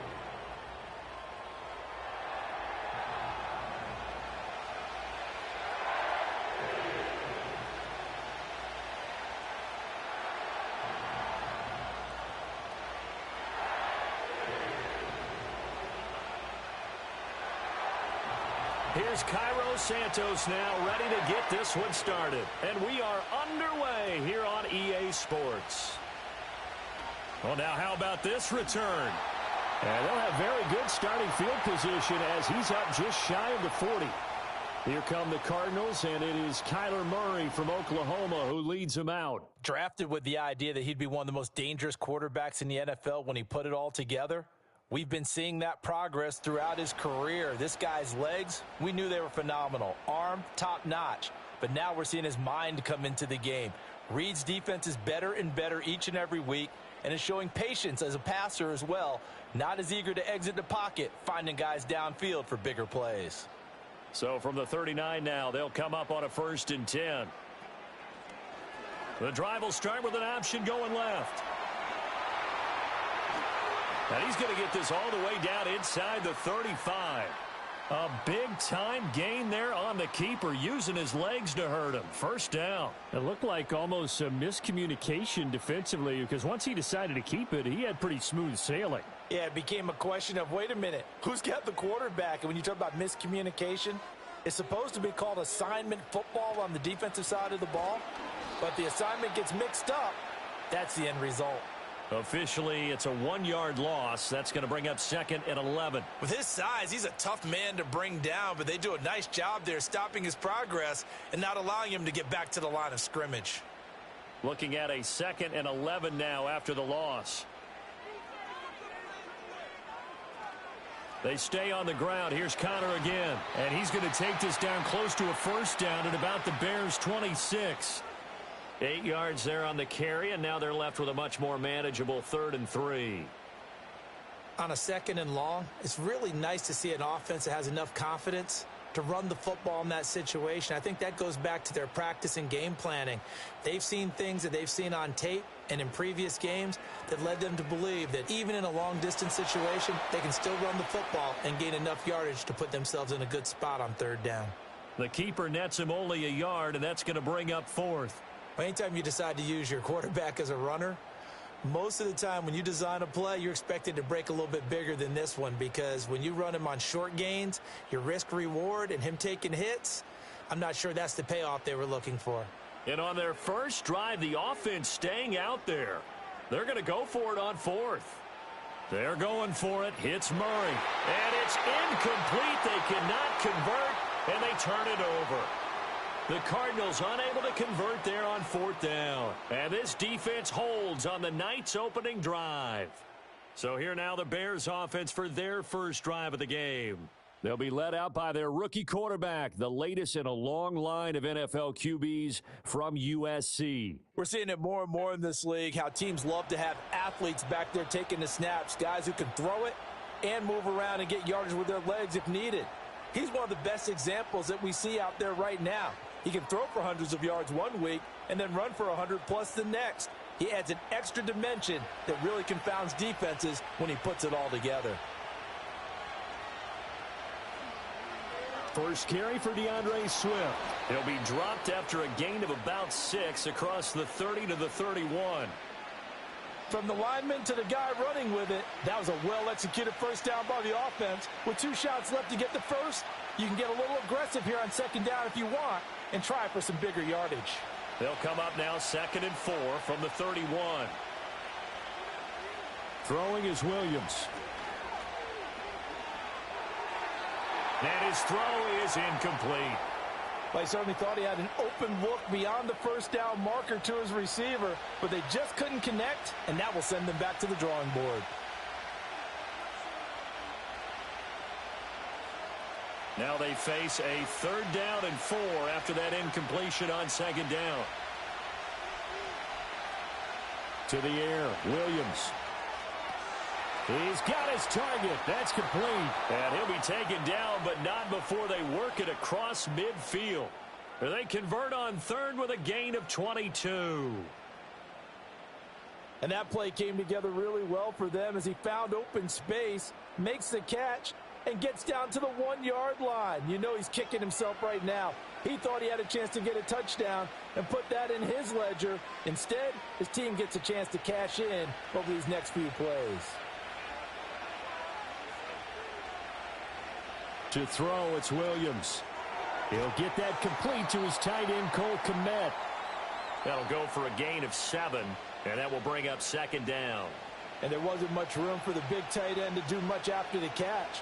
But at least he was able to pick up a solid gain to help his offense continue to move in the right direction. Here's 2nd and 3.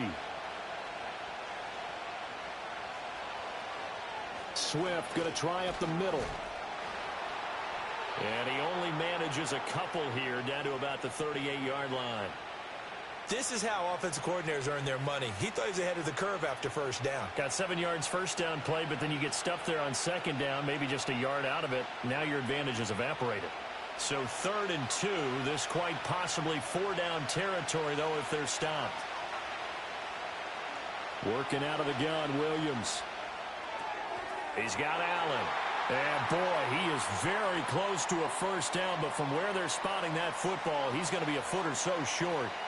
Interesting decision here. Opening drive, Charles, 4th and short. You're in field goal range. We'll see what they do. I just shake a fist at my offense and say, go get it, guys, because if you can't pick up 4th and short here, we're probably in trouble the rest of the game. Show some confidence, show some aggressiveness, go pick it up. And that is no good. And this will remain a scoreless game. Boy, 4th and 2, this crowd was urging them to go for it, certainly. Instead, they settle for the field goal try, and then they come up with nothing. Brandon, yeah, football coach won't let the crowd dictate how he calls a football game. He stuck to his guns. But after the miss, now there's 70,000 coaches in the stands thinking they were right.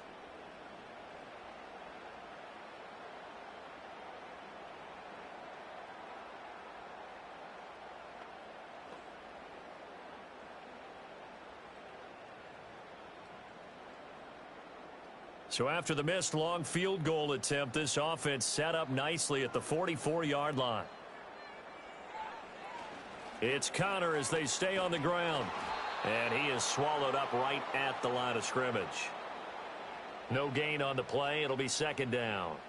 And as a defensive end, getting off the ball quickly, swarming to the football, making a tackle, that's what we saw right there. Yeah, that's what their job is. And really, a lot of the time, they have to throttle back a little bit in the run game because you know those defensive ends, they're like in a sprinter stance. They're just headed straight for the quarterback. That was good recognition on that play to hold him to no gain. Now he's going to get this all the way down inside the 35. Turns out to be a great idea to tuck that one. Good for 24 yards. Well, I don't want to be a jinx partner and put the whammy on him, but I think we could be looking at an all-time day on the ground with the way that he's going. Only a few quarterbacks in this league are capable of a 100-yard game, and he's halfway there just in the first quarter. This is a record-setting pace. Hopefully, he can keep it up, and we can have fun watching it. Open man is Marvin Harrison Jr. And he takes this just a few yards shy of the red zone before going out. 10 more there and another first down. Well, that's what you're looking for when you want to throw the ball downfield. You want one of those guys who can play out on the perimeter, can play out wide, who can not only get open, but when they're covered, can uncover themselves downfield and create catches. On 1st and 10 is Connor. There's a nice move. And he'll go out of bounds in the red zone just inside the 20. He'll get a nice chunk there on the first down run, and it's 2nd and 4. Offensive linemen love creating space for their guys carrying the ball, but when that guy also breaks tackles and creates extra yardage, they almost feel like he's one of them, and they really embrace him. Connor going to get it again on second down. And he is met in his tracks behind the line of scrimmage. It'll go down as a 2-yard loss, and it brings up a third down. The running lanes have definitely not been there for him here in the first half, and I don't think it's all been his fault. His offensive line hasn't given him much space. A loss results there. Third down and 6. Out of the gun, here's Murray. Under pressure, and he'll go down. Back at the 26-yard line. Andrew Billings with a big-time sack on third down. It's a loss of 7. We always talk about how teams are so competitively matched, and you just want to make those plays that give you an advantage. How about right here? The difference between letting them score a touchdown versus holding them to a field goal, that's absolutely huge with the play he just made. And you know he hated taking the loss there on third down.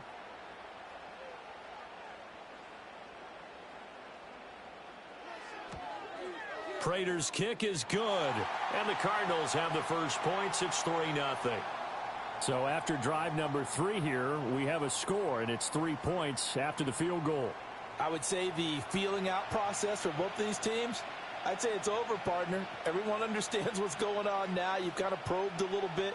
Now you want to start throwing the big shots. First 3 points up on the board could be significant.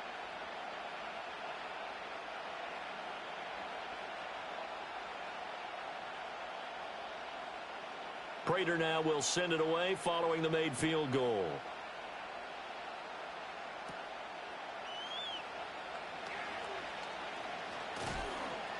And they will wrangle it down a couple yards shy of the 30.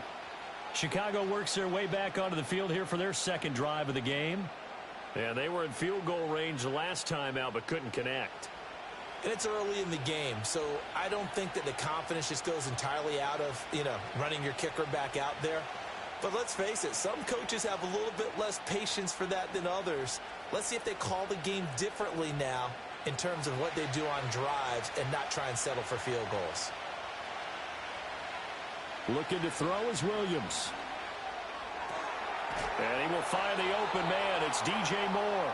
And he's taken down right at the 45-yard line. A very solid gain of 27.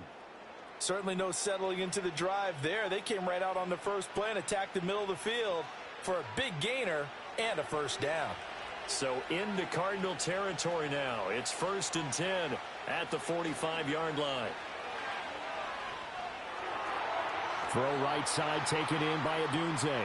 And he's got this down a yard or 2 shy of the 40 before he's out of bounds. So just 3 yards on the completion there. And it's 2nd down.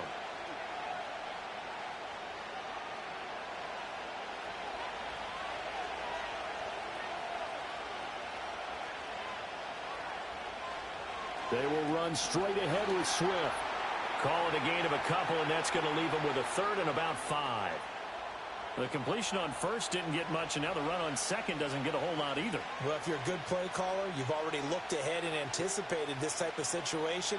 Already down on his play sheet, trying to dial up a big 3rd down play. Williams from the gun on 3rd down. That is caught. And he's taken down inside the 30. The Bears on the move. They've got another first down. I don't care how many times we see it. I still get a kick out of watching quarterbacks and receivers do the pass tree in pregame warm-up. But I always remember that when we go to practices, we see that after practices as well. They really tune it up, don't they? They tune it up. They know why they do it for these situations. First down. And they build that trust, and that's why they're able to find him in this type of a situation. On 1st and 10, it's Swift. Down he goes at the 23, a pickup of 4. I feel like I could see what he was thinking on that carry. Wanted to follow that big tackle through the hole. Ended up only getting 4 yards on the carry. I think he had designs on that one being bigger. Now a 2nd and 6.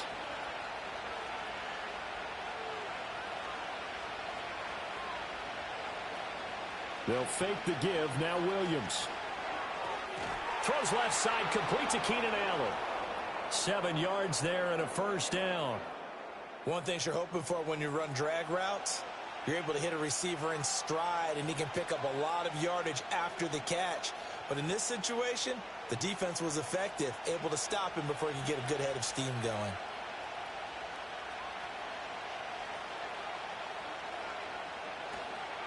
Here's a handoff to Swift. And nowhere to run on the interior of that defensive line. He'll get back only to the line of scrimmage. No gain on the play there. Second down. Early down stuff to put this offense in a precarious position. We know that securing the point of attack, especially against the big-bodied guys in the middle of this D, has got to be priority one.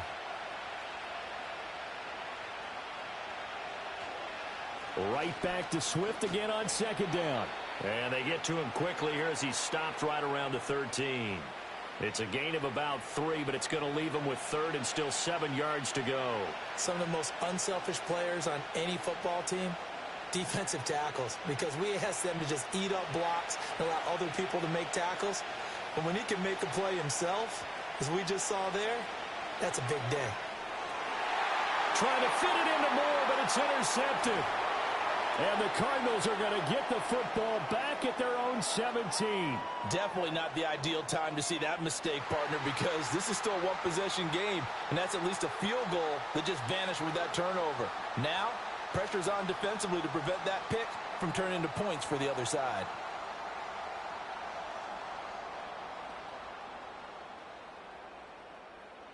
Arizona's offense back out and ready to go. They've got a 3-0 lead and the football as they start 1st and 10.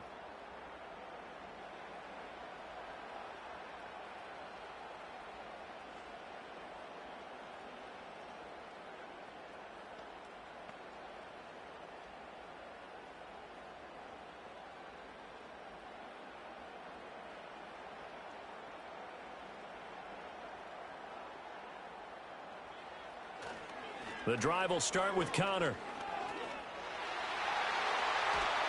And he's brought down, getting this one up to about the 35. First play of the drive, a success, 19 yards. A good run there off right tackle in an old school NFL football. The right side of the offensive line, often known as the nasty side. The left side, usually the technical side. Kind of reminds me of the old Atlanta Falcons 2009-2010. That's how they constructed their offensive line. Murray has it knocked loose. Fumble. Oh, and one of the linemen on the other side has got it. And they have the football and will take over at the 24-yard line.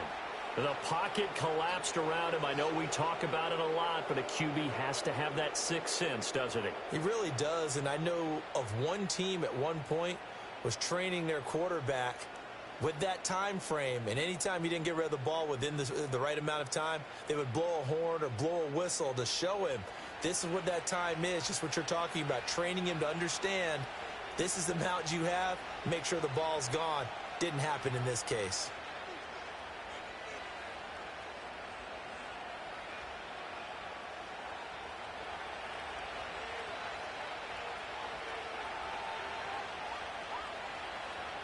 They run out of the gun with Swift. It's a 6-yard pickup, and it gets him to 2nd and 4. There's so many definitions of a complete back. I think most people think a guy who can block, a guy who can catch, and a guy who can run. But how about when you put it all together as a runner, and you can fake people out, you can be shifty, and also run with some power and break tackles, as we just saw on that pickup. Here's Williams. That's going to be caught. And the Bears are going to be set up with a 1st and goal on a pass play that moves them all the way down to the 1. Oh, nice job there putting the ball right in the doorstep of the goal line. Couldn't quite get in to pay dirt, but he got awfully close. Let's see if they can cash it in over the next couple of plays. To throw, Williams. And that is caught. Touchdown, Bears. Rome Odunze there to make the grab. And the Bears are able to answer the early 3 points and take a first-quarter lead. Solid response that time by a young quarterback. Last drive, interception. This drive, the touchdown pass. I like how you described it solid because you don't get extra kudos for bouncing back if you're going to be a big-time quarterback. You're supposed to do that. But at the same time, when you're a rookie, that's not guaranteed, is it? Sometimes they hang their heads and they go in the tank a little bit. Not in this case. Bounced back, took his team downfield, and threw a touchdown pass. Santos able to tack on the extra point, and that makes it a 7-3 lead.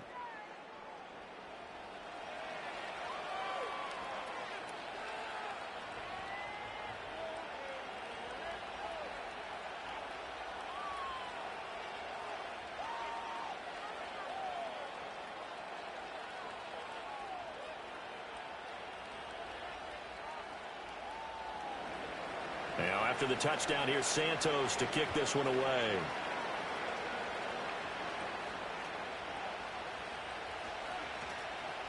And up to about the 26-yard line, just across the 25. Arizona getting ready to go as they take the field. Charles, you got to think the #1 goal here is ball security. Remember, last drive they coughed it up, then they allowed the touchdown, and now they're trailing on the scoreboard. Boy, the way you described it makes me think that that one actually hurt them 3 times. The fumble cost them potential points. Then they watched their opponent get a touchdown off of the fumble. And third, they lost the lead as a result. Really tough sequence right there. I don't think coaches have to remind them to hold on to the football. They've just got to find a way to get it done.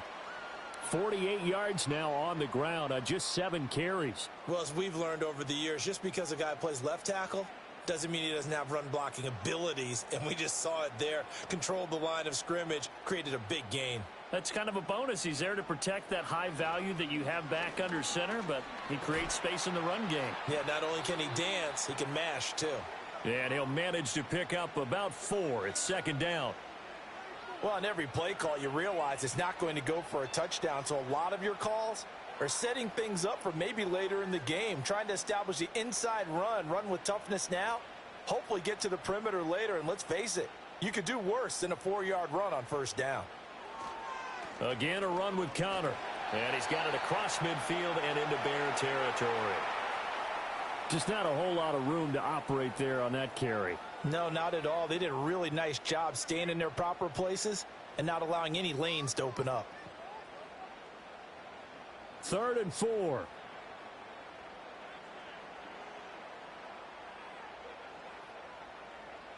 Here's Murray as he sets to throw it. A short one here, caught by McBride. And he is going to have a Cardinals 1st down, I do believe. Yes, he's got it by about a yard there on 3rd and 3. And that one was a lot of fun right there because that was the game within the game. 3rd and short, blitz was on. What's the key for the quarterback? Get out of your hands in a hurry. And that was a quick little completion. Got the job done for a 1st down. Now Murray. Finds his running back, James Conner. And he's going to get this down near the 30-yard line.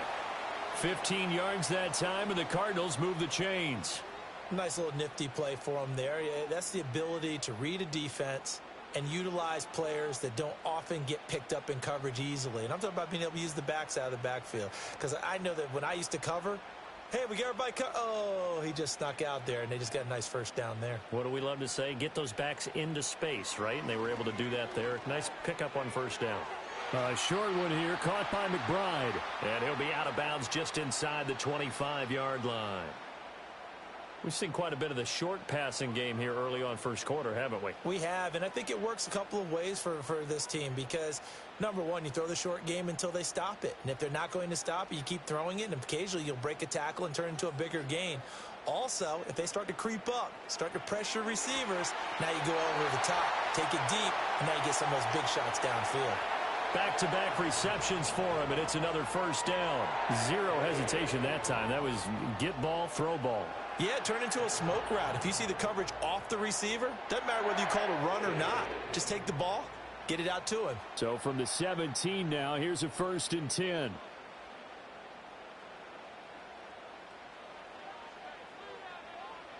Murray going to throw.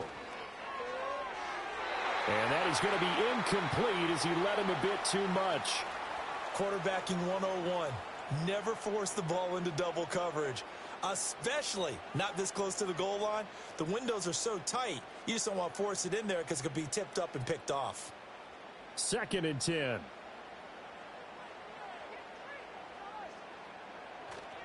Murray a give. This is Connor. And he'll go down here at the 12-yard line. 5 yards. Now it's 3rd and 5. Well, they're making an effort to get the ground game going tonight. So far, it's working. I like what we're seeing from the offensive line. They seem to have the leverage going, and they're controlling things and reestablishing the line of scrimmage, moving that defensive front backwards, but also like what the runner's giving us, too. It appears that he's been waiting all day long to get out here and take off. That's to McBride, and he has it. Touchdown, Cardinals. A 12-yard touchdown grab. And the Cardinals are able to move back in front. We're still in the first quarter, but it's apparent they're going to have to come up with a different defensive game plan for him because right now he's kind of having his way against that defense and has added a touchdown to the list. How do you slow him down? They're going to have to mix up some coverages, maybe change who's guarding him. Now Matt Prater for the point after.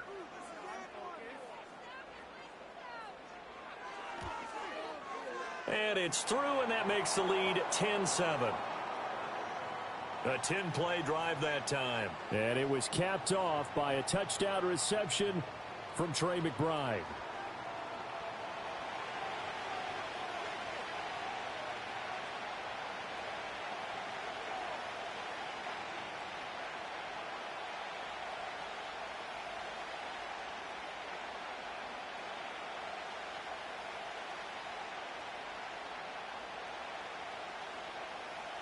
After the touchdown, out is Prater to kick.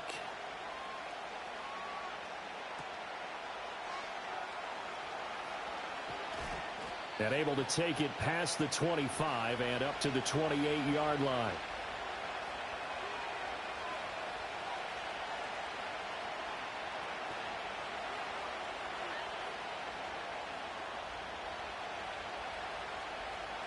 At the line, prepping for their next drive, the Bears offense. As this offense comes back out here, Charles, they're trailing in this ball game. And they've been on the sideline for a while. They did score their last time out, but they just had to watch that long, sustained drive. So we'll see if they can shake the rust off. Yeah, and that's always a question that you have when you have to come off the bench after having sat there for a long time. Are you ready to go? Are you loosened up? But even more so, are you mentally alert and ready to put your best product out there?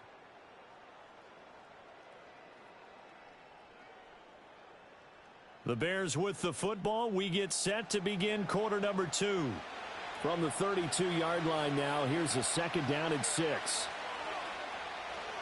They'll go play action here with Williams. For Keenan Allen, that's complete. And he'll be out of bounds, but able to get it up past the 45. First down for the Bears, a gain of 15. And maybe that touchdown on the previous drive has re-energized this offense a little bit. They've been kind of sluggish until then. But they're showing signs of life here, and they get good yardage that time and a first down.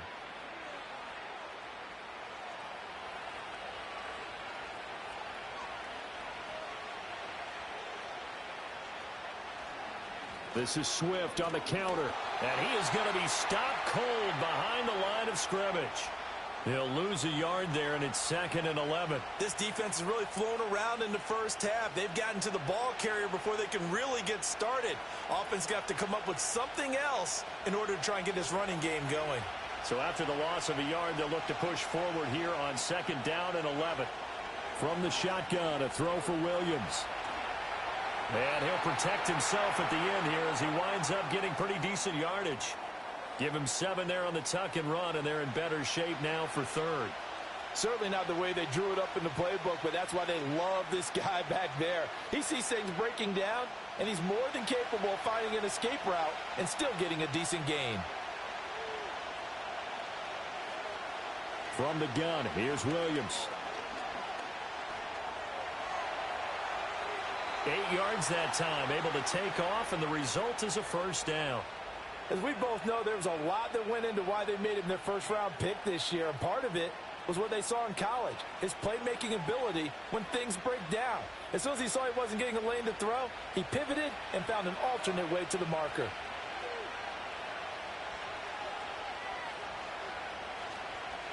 On the handoff, this is Swift. And he can only manage to get a couple. 2nd and 8 coming up. They just keep trying, but so far, finding no room for him to run. None whatsoever. In fact, you run the numbers. He's under 3 yards a carry at the moment. From the 38 now, here comes 2nd and 8. Now they'll switch it up here and look to throw. Looking left side, that's caught by Moore. Now we're going to get a stoppage here as we've got an injured Cardinal on the field. While they come out and take a look at him, we will step aside for just a moment.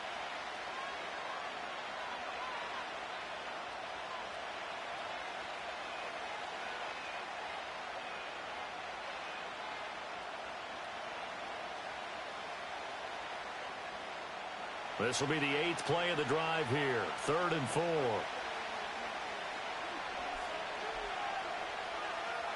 Operating from the gun, Williams. Pass taken in by his big tight end. And he will have the Bears first down. They needed 3. He doubled that. He got 6. Well, sometimes our pregame meetings do pay off, don't they? What did the guys in the locker room call him? Well, they said it with a chuckle. They called him Old Reliable. Yeah, that means he doesn't move quite as fast as he used to, but he still knows all the tricks, doesn't he? Even that little gentle push-off in order to get open, he finds a way to pick up a first down. Back to the running game with Swift. And this has been a recurring theme tonight for sure. Nowhere to run. Back to the line of scrimmage, that's all. On the tackle, it was the West Virginia man, Kaiser White. As usual, the hallmark of a good run defense, linebackers making plays near the line of scrimmage. Absolutely nowhere to run there. Now a 2nd and 10. Back to throw. Williams. Out left, he's got it to Everett. And he'll go out of bounds in the red zone just inside the 20. His first catch there, good for 10 yards and a first down. How about a nod to the sequence of plays they're putting together here? This has been death by 1,000 paper cuts on this drive. But this is one of their best plays yet, and they're able to move it down into the red zone. On play action, here's Williams. Oh, this one incomplete. The pressure got to him as he released it. And it's 2nd down. I think he's got to be careful not to force anything into coverage right there. There weren't really any throwing lanes. But the best part for him, he's got 2nd and 3rd down to fall back on. Here's 2nd and 10.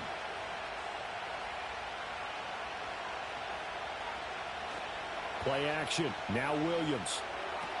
Touchdown Bears! Keenan Allen. An 18-yard touchdown grab. And the Bears have taken the lead. A nice connection there, finding his target, and that'll put 6 up on the board. Just like they drew it up in their playbook and reiterated it on the sidelines, right? Perfect route, a good throw, and the defense, they had no answer for that right there.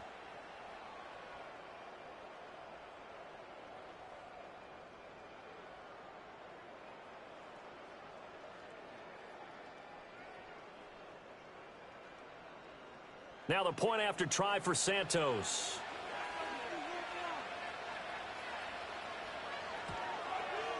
And that makes it 14-10.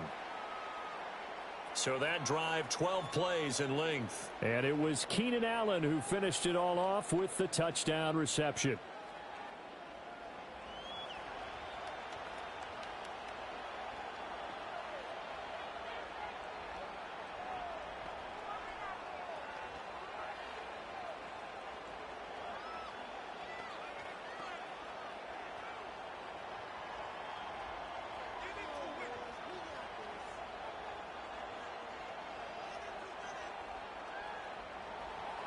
Now after the touchdown, here's Santos to kick this one away.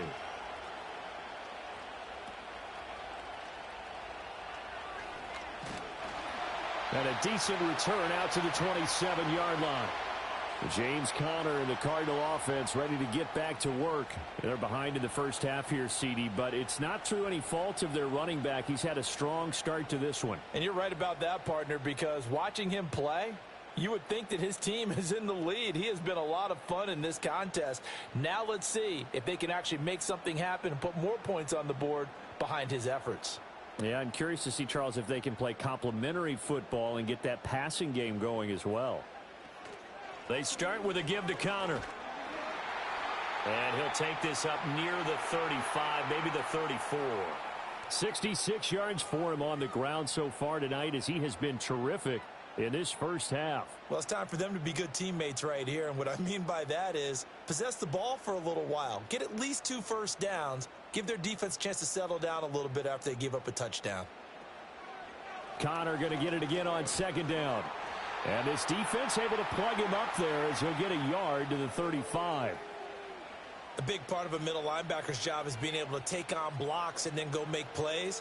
But the best ones, they have those big guys in front of them playing defensive line that hold blockers off of them and allow them to flow sideline to sideline and make the big hits. They'll try and run for it with Conner. And he will be very close to a first down, but I see the closed fist of the referee, and that means fourth down. Another down on the scoreboard, but the urge to go for it is almost irresistible here on 4th and short. Yeah, I know they're on their own side of the field. I was going to say. Normally I would say punt the ball away, but I'm feeling it. I say go for it. Blake Gillikin on to punt now on 4th down.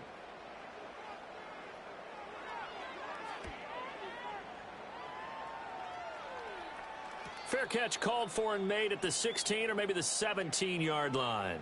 So a change of possession here on the punt. And the Bears take over.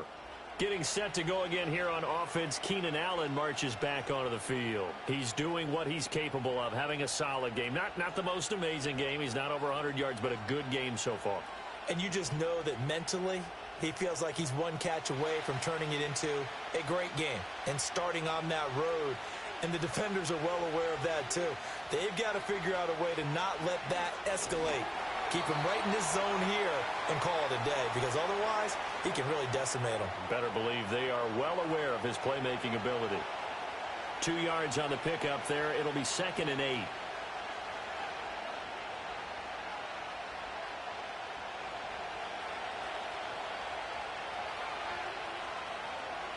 To the air, Williams. There's a short throw. It's caught by Kmet. And he stopped right at the 25 after a gain of 5. Let's not quibble about the gain there on 2nd down. That was a positive play because that was a take-what-you-can-get situation. Got out to the tight end. Now it gives them much better opportunity to convert on 3rd down. The offense on 3rd down tonight, they've converted 4 times out of 6. Not bad. Here it's 3rd and 2. And they'll try and run the option to pick it up. That is not going to be any help as they dump him behind the line of scrimmage. It's a loss of a full 3 yards, and it brings up 4th down. Well, so much for that possession. Yeah, I think he tried to do a little too much there, partner. He tried to keep it himself. Ended up getting buried in the backfield, and that brings up 4th down. Here comes the Bears punter now. Greg Dortch, deep for Arizona.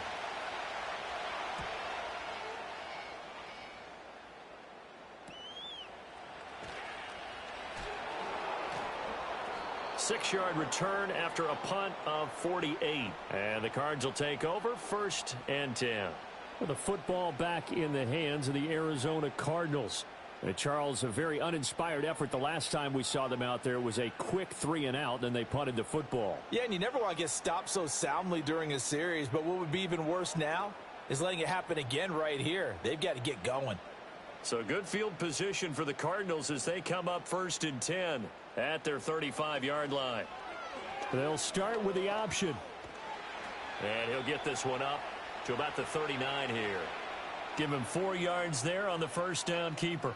Well, if you're going to run the read option, typically, you've got to keep an eye on the defensive end. And what does that mean? What are you looking for with a defensive end? Well, you want to play off of what he does. If he collapses inside towards the running back, then you pull it and take it yourself outside in. If he stays outside, you go ahead and leave it with the running back. In this case, pulled it and got good yardage himself.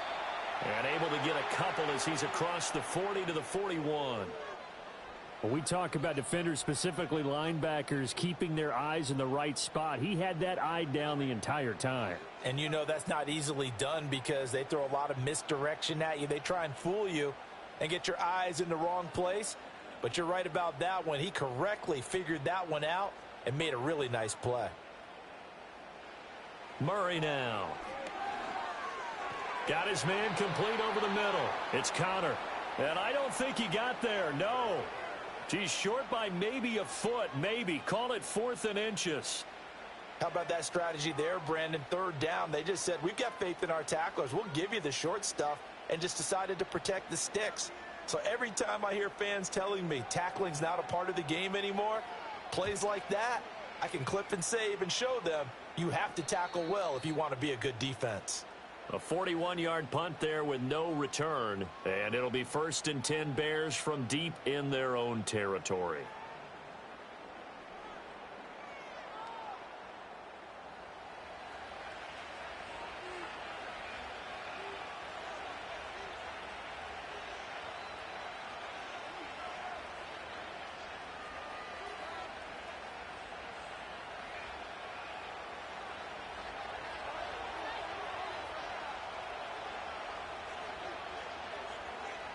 Throwing is Williams. Give him a couple on the scramble. It's second down. Brandon, once that one broke down, there were only so many options left for him to take. Fortunately, only first down, so he smartly got the yardage he could get and didn't worry about trying to turn it into a bigger play and end up taking a bigger loss. Here, they hope they can regroup and get something different going here on second down. To throw, it's Williams. Over the middle, and it's caught. Keenan Allen. So the completion good for 6 yards, and it makes it third down and 2 yards to go. They like going to him in the slot. He catches another one. I think this comes under the heading of, until they stop him, why not go back to it? He has something going really well. Great working relationship with the guy throwing the ball, and they keep making the connection. Off the play fake, it's Williams. Able to find the open man. That's complete. And he'll be taken down, but he does have first down yardage. Only 3 there on the pickup, but that's enough to move the chains. So he turned to a trusted, familiar face in that third down situation. It paid off. Yeah, you go to your veteran receiver in that spot, so you can't underestimate him when he's on the field. Defensively, make sure you know where he is because he understands how to get open in key situations. And nothing much materializing there on the first down run. He'll get a couple, and that's it. They suspected it was a power play up the middle coming at them, and boy, were they right. That defense got downhill in a hurry and limited them to just a couple on first down. Here's a 2nd and 8.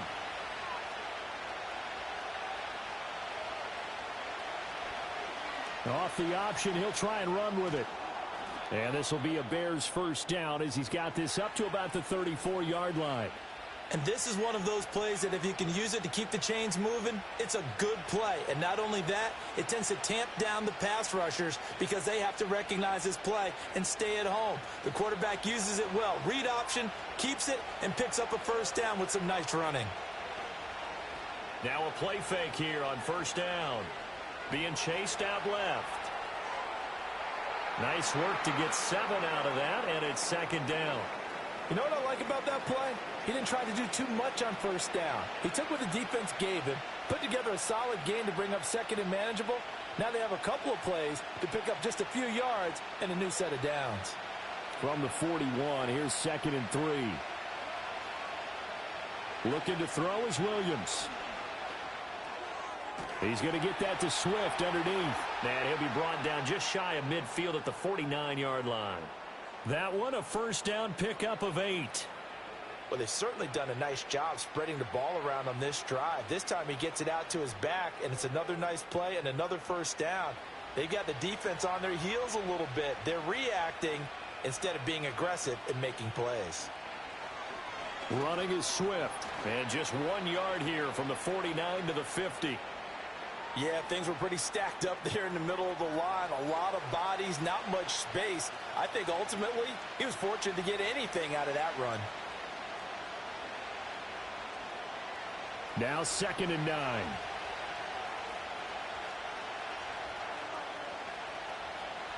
From the midfield strike, they'll look to throw. The coverage may be too good that time as he breaks away for 19 with his legs and a first down. This is where the NFL is headed year by year, partner. A league where just about everyone has someone under center who can get you with their legs as well as their arm. And we've certainly had a nice display of that from both QBs in this game. And that continued with that first down run. Line of scrimmage, the 31 now on 1st and 10.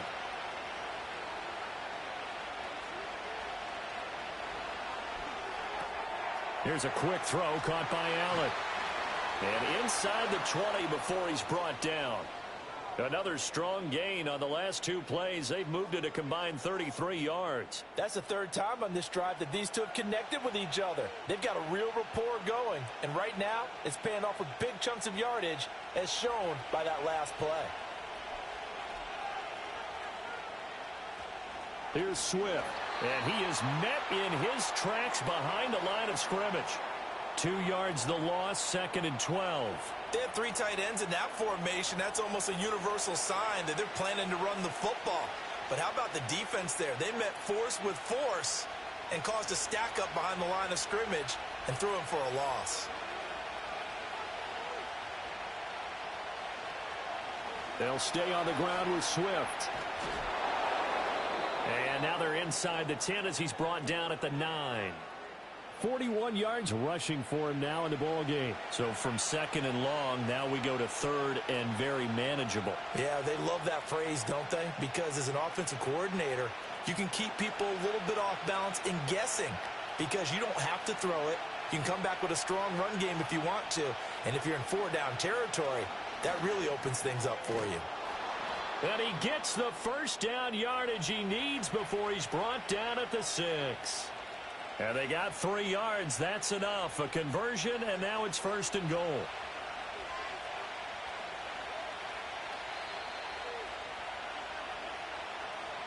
And we've hit the 2-minute mark in this first half of action.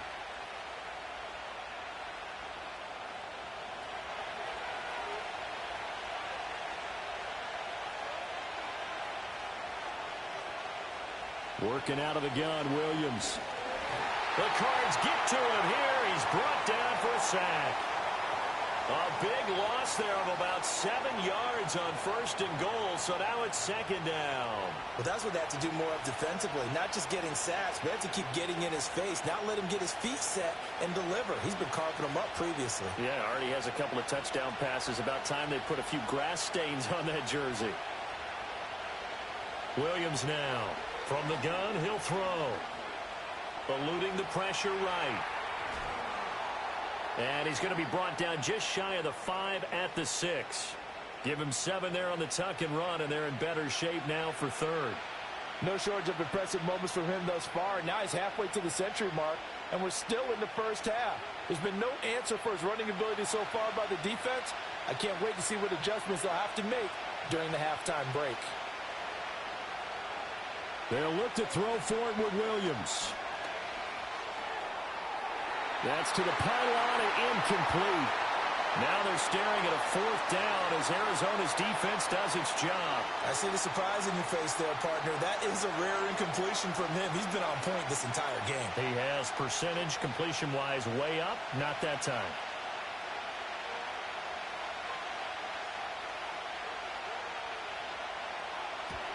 Santos' kick is up and through, and that moves him up by a touchdown now at 17-10.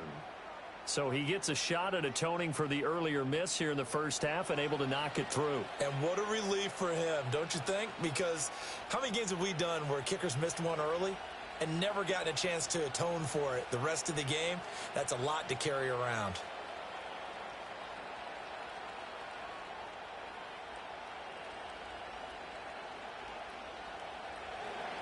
After the made field goal, Santos back out there to kick it away.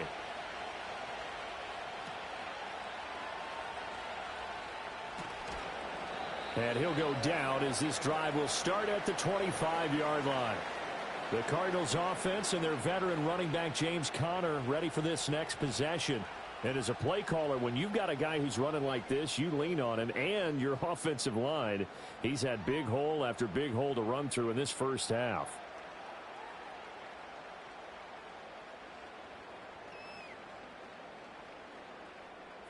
Arizona's offense at the line, ready to get their drive started.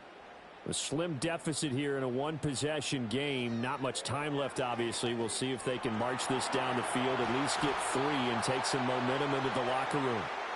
T.J. Edwards in there to drop him for a loss on the play. He continues, Charles, to be under constant pressure, and these sacks, they're starting to pile up. And if they want to have a realistic chance in this one, they've got to change their blocking assignments. They've got to do a better job to keep him upright. If he's going to be on the deck constantly, they've got no chance to win this game.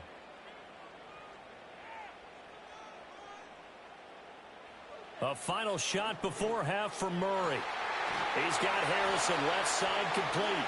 And they're able to get this one across the 35.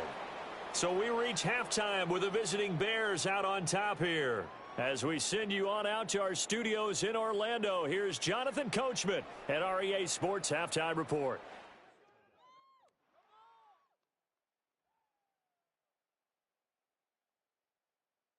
Okay, Coach, adjustments likely going to play a big role in this third quarter in what's been a tight contest so far.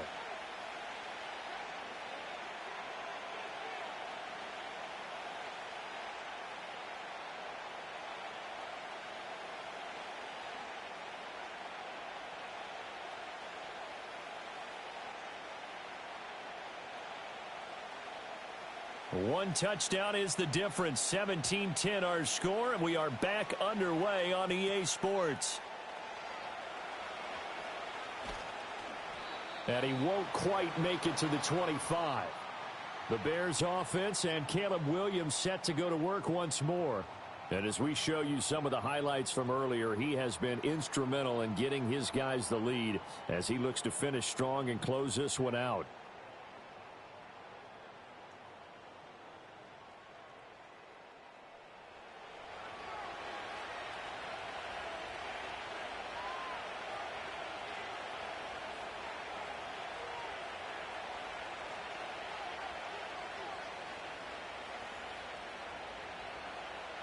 The Bears offense ready to go for their next drive.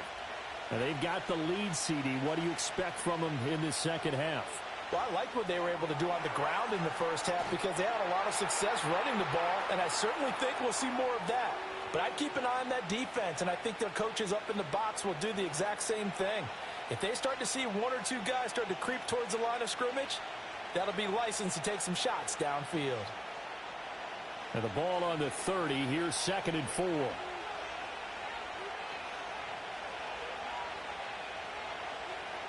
Now a toss for Swift left side. And he'll fight forward maybe to the line of scrimmage, but that's all. No gain on the play that time, and they'll look to convert on what will be a 3rd and 4. His carries tonight, they're getting up there, so maybe one of those every now and then is understandable. I would agree with that. Understandable every now and then. Sometimes you come back and you fake it to him and go play action. But other times you say, okay, they got him on that one. We'll come back to him in another carry. And he will have the Bears first down by about 3 yards or so as they wind up getting 7 there on 3rd and 4. Going old reliable there to the slot on 3rd down. And the slot position has become the bane of just about every defense's existence because how do you cover? Do you go with a bigger guy to try and use size? Can't try to go with a quicker guy, and sometimes you even get out quick there. Very difficult to match up with that slot receiver. That's why they keep going back to him. And he's had the hot hand. And he'll be taken down, but not before he gets into enemy territory. Another first down as they call his number again. He's got 15 yards here. But one of the ways the quarterbacks keep all the receivers alive in a play, never lock in on any one guy. Make sure you keep your eyes moving, scan the field. And here he finds the open guy for a nice pickup. So into Cardinal territory now. It's 1st and 10 at the 48-yard line. Now it's Swift. And he'll get this down only to about the 46. Just a yard on the first down carry, so it's 2nd and 9. You know that old expression, it's not my night? It hasn't been his so far. I don't know if the legs are a little bit heavy. Sometimes having to hang out all day and play doesn't exactly play to your advantage, but it's been a tough go for him. And every time he looks up, somebody's there defensively. That was the same case on that play. Call it a gain of 5 that time, and they'll be left with a 3rd and about 4. Well, you certainly have to give a little credit here because they are playing this game now at their pace. This is ball control football, sustained runs, taking their time, and making it work. Here's the 7th play of this drive. This is 3rd and 4. Here's Williams. He's going to let this go for the end zone. And he bats it away, and it falls down incomplete. I've got a good friend in football who always talks about predictive history. He's got one of their 2 touchdowns. You can understand why they tried to find him again. Weren't able to connect, but the thought, that was good. Here comes the Bears punter now as he'll kick it away for the 2nd time.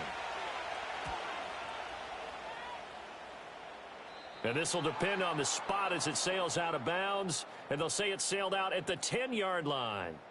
The football going back over to Arizona now.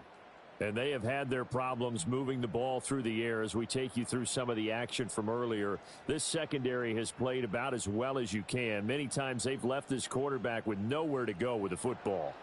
And for an offense that is struggling, this is not where you want to start from. Great punt. Fantastic punt. And for all those who wonder, what do punters do during the course of practice each and every day? The best ones do what we just saw there. Work on positioning the football and helping their team. Ready to go with their next drive, and at the line, the Cardinal offense. To throw, it's Murray. He's got McBride here over the middle. And that's good for a gain of 6, and it's second down. They gave up the completion there, but this is what zone defenses count on. Catching the ball and not much run after the catch. Second down and 4.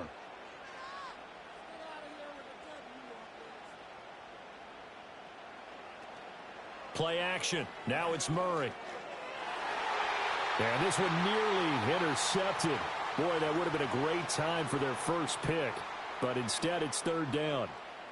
Well, he did almost everything right. Excellent coverage, breaks on the football, just unable to haul it in and take it the other way. So he dropped an interception. The key for him now, don't dwell on it. Just move on to the next play. Throwing now is Murray. And that is incomplete. Has to be a little bit of frustration there. Back-to-back incompletions. Receivers blanketed on both attempts, this time on third down.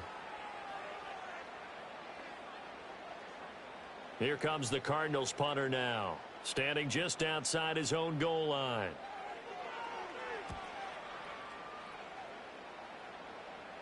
And a fair catch taken back near about the 35, 36-yard line. The Bears offense and their quarterback headed out for this next possession. And he had it going in the first half, that's for sure. He's really had his way with his secondary. They've been powerless to stop him, and he'll look to keep it rolling right here.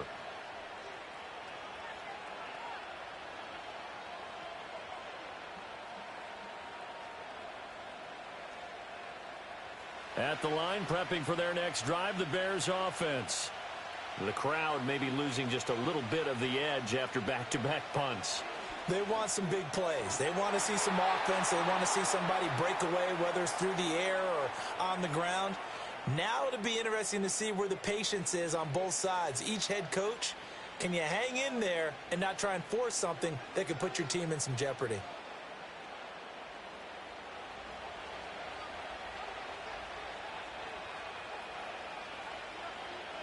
To throw, Williams. They'll try and set up the screen to Swift. And he'll lose yardage on the play back at the 45-yard line. That one unable to develop, never got going. A loss of a couple, and it's second down. Well, if you're going to turn things around in a game like this, Charles, those are the kind of plays that you need. And I just love the way that defense rallied to the football on that one. They got the completion, but he was smothered behind the line of scrimmage. And when you make tackles like that, your whole defense is going to be fired up. Really nice play getting to the ball. He'll be taken down at the 48 for a pickup of 2 yards. Not a big window to throw. Coverage wasn't too bad there. Yeah, they had him under wraps pretty well, but somehow able to muscle his way open and catch the ball. 3rd and 9 here.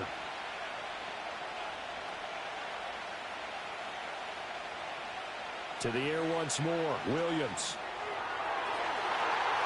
And he knocks the ball away, and it falls incomplete. One first down here, and that's all, folks. Good work by this defense to hold things in check and force a punting situation. Here comes the Bears punter now as he's on to kick it away.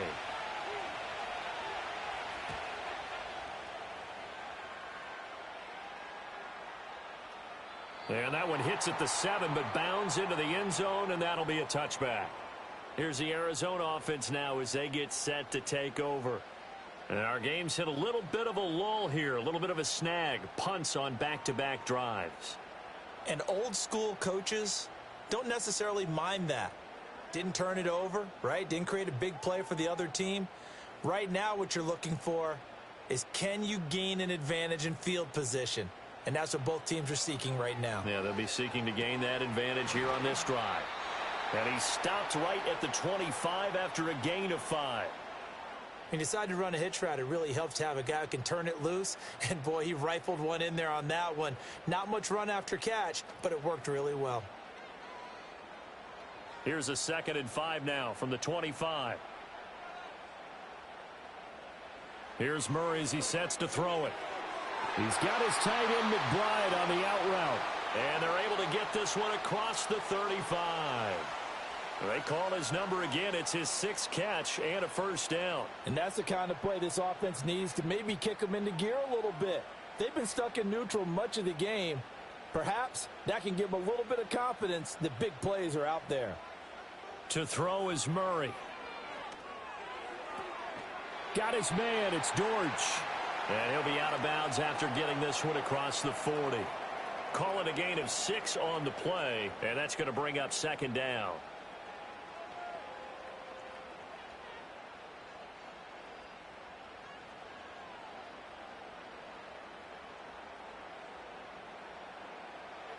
Here's Murray. To Connor on the check down. And this play will be blown up. He'll lose yardage back at the 38.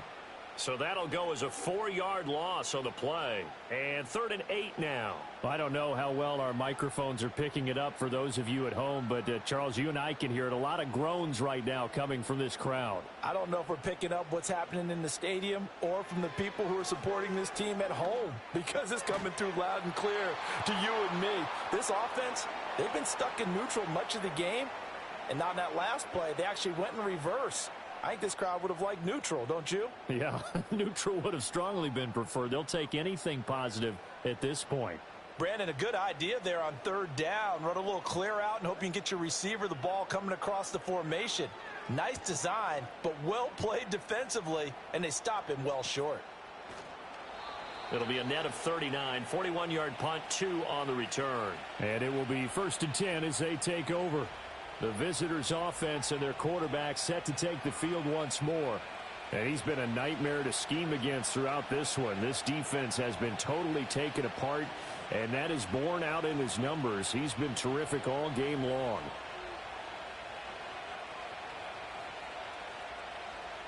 The Bears' offense ready to go for their next drive. This crew had to punt last time they had the ball, but when you've got a lead like this, you content to play the field position game? You are to an extent, especially if you like your defense, because you have the lead, you've been controlling the game. But why put them in a tougher spot? You want to get out there and get something done on offense and maybe take command of this game yourself.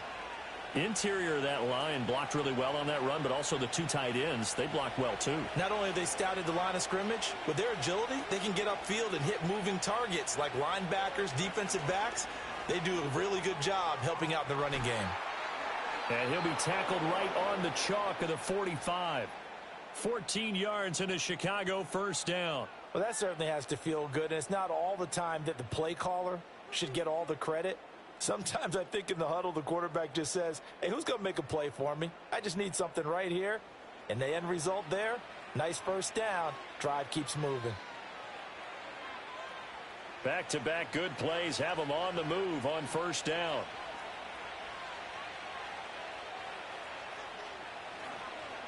They'll run here with Swift.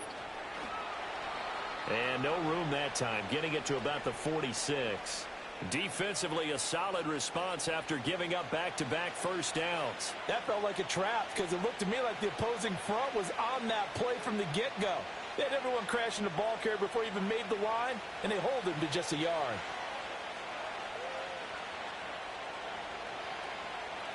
Right back to Swift again on 2nd down. And a gain of 4 gets him right to the midfield stripe. But really, that was no surprise there. They've been running it well all game. And I know goals change all the time, but any team will take that type of run each and every time. Here is 3rd and 5. Looking to throw. Williams. Oh, it's a screen pass. That's complete. And they'll bring him down 1 yard shy after a pickup of 4. Yeah, and on 3rd down, you know those pass rushers, they're in the starter's block. They're just waiting for the pistol to fire. You can almost hear the defensive coaches on the sideline pre-snap. Watch the screen, watch the screen. Really good job there of identifying it and making the play to force 4th down. So they're forced to punt on 4th as this one's away. And this is going to be ruled out, I think, just inside the 20. Yes, it will. Side judge calls it at the 19-yard line. Arizona getting ready to go as they take the field. See if they can put this drive in the end zone, Charles, because it's been a little bit of a rough go at times. They've had to punt the football a ton in this ball game because of stalled-out drives. So are you saying that you're kind of tired of seeing the punter run out there and do his thing during this game? Is that what you're trying to say? Well, I mean, I'm okay with it. I have a feeling that this offense, they don't want to see the punter again. And frankly, the punter doesn't want to run out there anymore himself. He would love to see his offense put together a drive and give his leg a rest. It was T.J. Edwards who brought him down. This defense, tough to run against. And those linebackers, they'll go side to side up the field, and there they get them for no gain. If you can't get linemen upfield to the second level to occupy them, they have a field day just running to the football and putting ball carriers on the ground. Not many yards after contact when they wrap up like that. And he'll be taken down at the 20 after a gain of just 1. Sometimes your philosophies get challenged at times you don't want them to. They did try to stick to the running game on the first 2 plays. Didn't amount to much. And now facing a 3rd and long at the outset of this drive. These guys have punted 4 times already, and they're staring at a 5th, barring a conversion here on 3rd down. And Murray in trouble here, and down he goes. Montez Sweat able to drop him that time for his 2nd sack of the evening. And keep in mind, in addition to the 2 sacks that he now has, CD, he's also had a couple of quarterback hurries. He's been very disruptive. To put it mildly, and it reminds me of the time I asked an offensive tackle who struggled like this in a game. He said he was telling the coach, hey, what do you want me to do? This guy's just eating me alive. And the coach finally just looked at him and said, applaud. On 4th down, the punt team is on as this is sent away. And a fair catch taken here right at about the 40-yard line. And we spotlight Keenan Allen as he gets set to go back to work. Good day for him so far here in the 3rd quarter. He's hit pay dirt once, over 100 yards. But, hey, it's the 3rd quarter. He's thinking, I want more, right? He wants more, and it just increases the confidence of his team because every play he makes, that means his quarterback is really feeling good about throwing the football. Probably feels like he can't throw an incomplete pass when he throws it to him right now. Yeah, he's looked really, really sharp. From the shotgun, a throw for Williams. To the right side, and he's got more complete. He'll take this to the other side of midfield before going out of bounds. Solid way to start the drive, 13 yards, picking up the 1st. But it appears that they read man defense and went to the out route. And what you have to do on that one is a receiver's got to make sure he works the defender towards the middle of the field to give himself space to cut to the outside and have that ball delivered with good timing, and they got it done. Swift going to try up the middle. And he'll take this ahead for about 4. 2nd down coming up. Well, the end of all that hitting and hollering, it was a 4-yard run, so the offense is going to go back to huddle and feel pretty good about themselves. Defensively, you have to feel okay because you didn't let it turn into a bigger run, but the goal, shut it down for 2 yards or less. That's when you start to feel good about yourselves. They'll fake the give, now Williams. They'll look middle here and get it to Odunze. And they're going to have another 1st down as the tackle's made here at the Cardinals' 23. 19 yards to pick up there. Move the chains.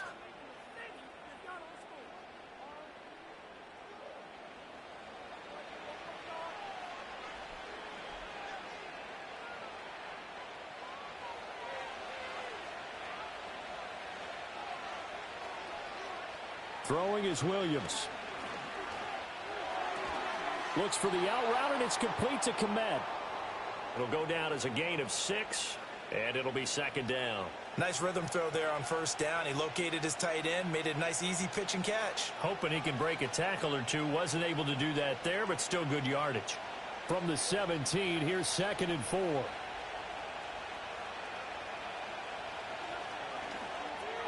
Looking for Allen. He's got him on the slant. 7 yards on the quick slant and a 1st down. Was that a design pass, or what was that? It was built into the play call. He had the opportunity to either hand it inside, keep it himself to run it, or do what he just did. Throw that pass inside, hitting a receiver on the run. So not quite a 1st and goal. It's 1st and 10 from the 10. Open man is Kmet, the tight end. And he takes this one in for a Bears touchdown. Cole Kmet from 10 yards out. And the Bears go up by 2 touchdowns. So they get their tight end away from the line to the outside, and he works his way in for 6. Tight ends are not just blockers anymore. I don't know how many more times we need examples, but here's a great one. Gets to the outside, they give him the ball pretty quickly, and they trust him to get those extra yards, and boy, did he come through, bullying his way into the end zone after the nice catch. Santos now to add the PAT.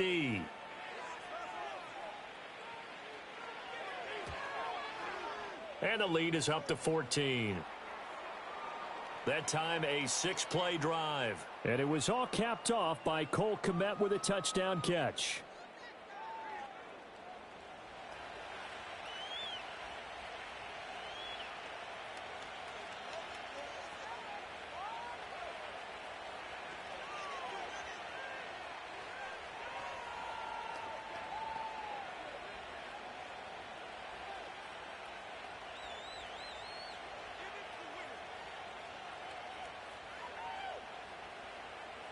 Now, after the touchdown, here's Santos to kick this one away.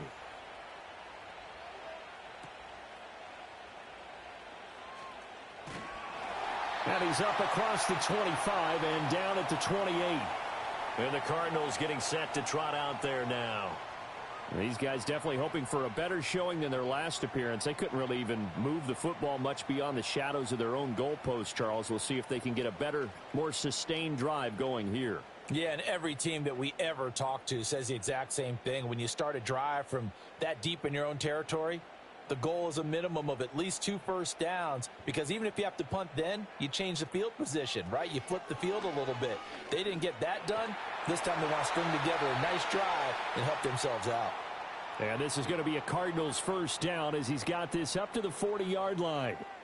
I'm okay with the call there. In fact, I actually like it. I know they're down a couple of scores, but the running game worked in that situation. I would continue to go in that direction.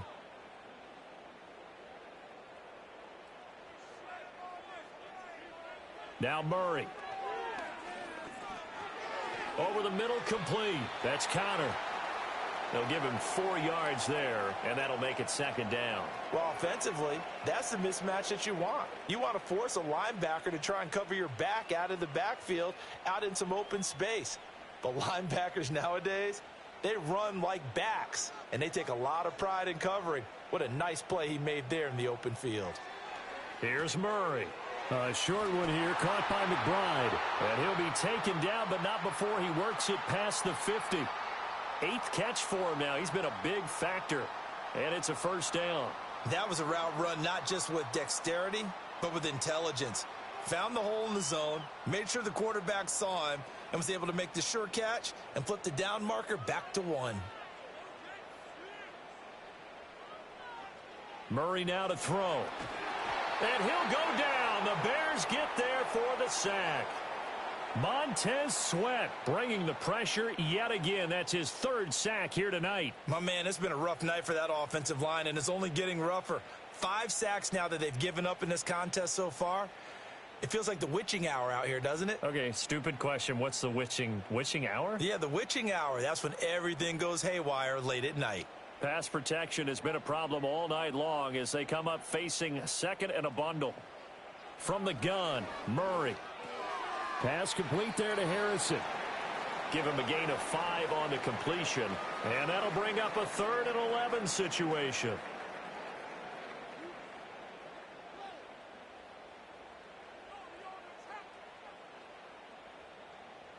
Backed up here. Tough spot. Needing 11 yards to pick up the first.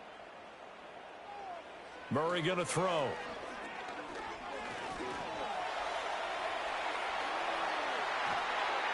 And he's going to have another first down as the tackle's made here at the Bears' 24-yard line. 3 quarters have come and gone. We'll return with more after this. You're watching the NFL on EA Sports.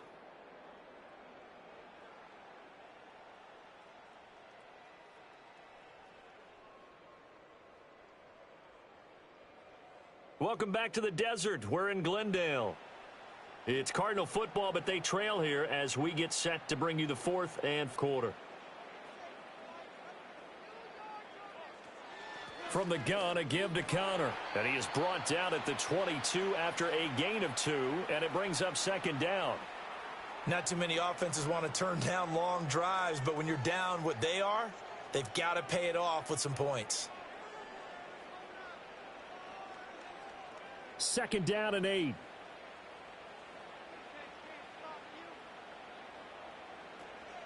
They stay on the ground. Here's Connor again.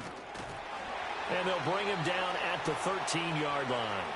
95 yards on the ground for him now as he has gotten better, really, as the night's gone on. Despite the score, despite the deficit, no quitting this guy. He's running angry, running through arm tackles. He wants to change what that scoreboard is saying. So signs of life in what's been a dormant offense in this second half. Here's 1st and 10. Out of the shotgun, they'll run with Connor.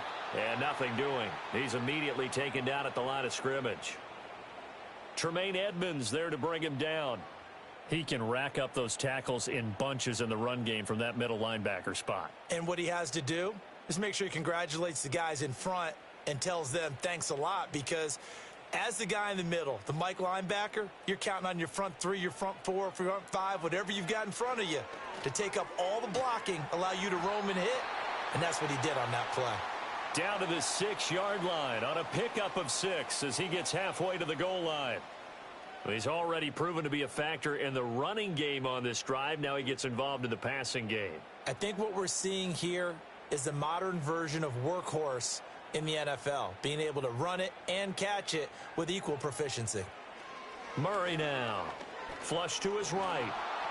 Under pressure, down he goes. Sacked at the 10. Multiple defenders get to him there, and that is the 6th time he's been sacked in this ball game. Well, collectively as a defense, Charles, I think if you get 4 sacks a game, you're feeling really good. Now they have 6 as a unit. And that type of a number is just staggering because there's so many ways to try and counteract it. But in this case, they've got no answers for this unrelenting pressure coming at their quarterback. So the 3 points there, and CD, that helps them inch a bit closer. Yeah, partner, when you're losing, any points you see go on the board in your favor, you're happy to take them.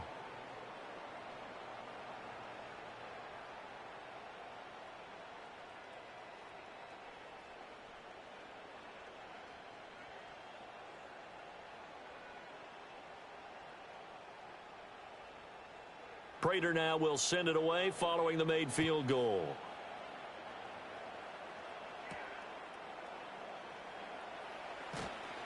And he takes this near the 25. Just a little pass there. Call it the 26. And now Chicago getting ready to go as they take the field. Well, there are 2 scores on the plus side. Still time here in this 4th quarter, but maybe you start thinking about playing keep away? Yeah, I think here's the situation. You're not thinking touchdowns anymore. You're just thinking first downs. To keep up with your theme there, playing keep away, first downs, they can't touch the ball.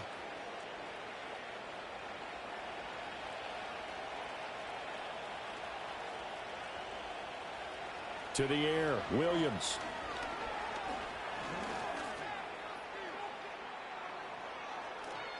And they work this well upfield across the 45.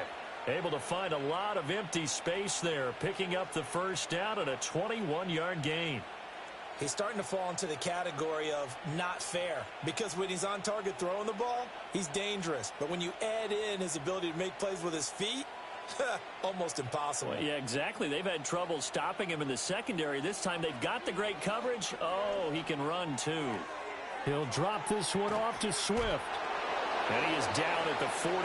A pickup of 4 that started at one 48-yard line and ended at the other. It's funny, throughout the time that we've been together, when we talk with running backs about the ability to catch the ball, their eyes light up when they talk about open field and having one-on-one matchups, don't they? Yeah, they do. And that's the reason why. What we just saw, shedding those tackles, and that's what they're used to doing. It is, and it starts at the beginning of the play. One-on-one matchup if someone's trying to cover them, but they also like those one-on-ones downfield after the catch when they're running with the ball. They think they're going to win those too. All right, partner, I wasn't good enough to get this done, but I played with plenty of guys who did. When they spotted wide receiver screen and they got to the football fast and blew the whole thing up, the same result as we just saw usually happened. No gain. Looking to throw is Williams. Maybe not exactly what they had in mind, but that scramble good for 6 and a first down. Now that's a killer because you think you've got it absolutely covered, and then he hot-foots it out of there and picks up a first down. Drives you crazy as a defense. Looked like, you're exactly right. Looked like a for sure stop on third, and then the tables turned. To throw, it's Williams. A little short pass. This is Everett. He'll be stopped at the 35, but not before he picks up 7 yards. Well, it certainly feels like there are more stars at the tight end position than there were even 10 years ago. And I think it's become more of a glamour position because of the ways it can hurt a defense, and guys want to be involved. They can be in line, close to the line of scrimmage. They can split out like receivers. But hands, route running, speed, and some toughness to go across the middle, you put it all together, you got a heck of a tight end candidate. A gain of 5, good enough for the first down. At carries like that, that's how they're going to continue to salt this thing away here, Charles, in the fourth quarter. Yeah, how about that? A new set of downs. Clock continues to move. No better way to close out a game than to tap those mastodons you have up front and say, guys, keep pounding them. Let's keep the ball, keep their offense on the sidelines, and let's close this one out. So the completion good for 6 yards, and it'll be second down.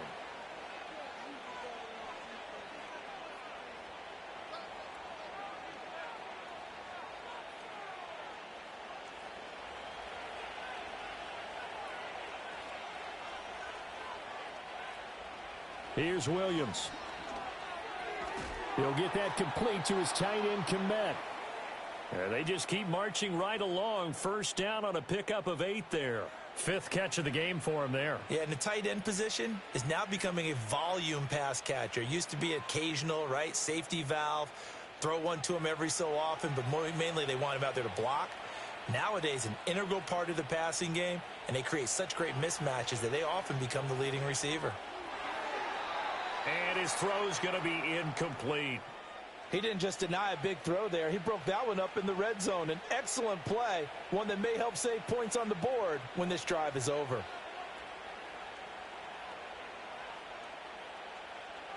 An incomplete pass on first down. That leads to a 2nd and 10.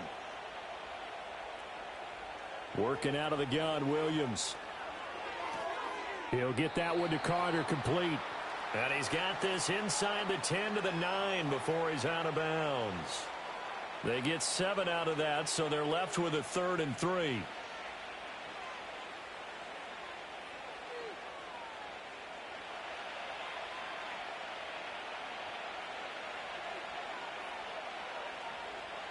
To throw, Williams. Oh, he had him. He was open, but he couldn't get it to him. It's incomplete. Let's give this defense some credit now. They let the guys get downfield, but when push came to shove, they stood their ground, and now they'll likely force a field goal attempt. On is Santos for the Bears field goal. From the right hash, and this one just a chippy. Santos' kick is up and through, and that will extend their lead even further. So that maybe not a knockout blow, but I suppose certainly every little bit helps when you're trying to salt one away in the fourth. Well, the possibility of being beaten by 2 late touchdowns or at least sent to overtime does exist, but time, definitely a big factor at this stage of the game, is in their favor.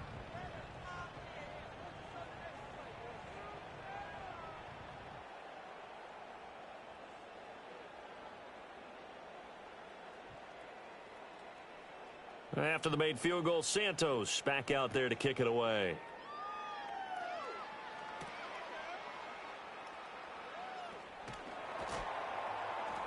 And he'll take it up past the 25 to the 26-yard line. Here's the Arizona offense now as they get set to take over. And tough to win games if you're going field goal, field goal, field goal here. They got field goal last time. Now they'll be looking for a touchdown. They're looking for the big chunk now because, as you noted, the field goal way of doing it makes it that much harder and puts more pressure on every possession for you now. Go ahead and get 6 and feel a lot more comfortable about the position they're in. Bigger chunks. We'll see if they can get the score. Yeah, boy, this defense again really making things tough on him as they stop him for no gain. Now we're going to get a stoppage. Appears to be an injured Bear on the field. Well, the medical staff is going to come out here and take a look, and we will take a short break.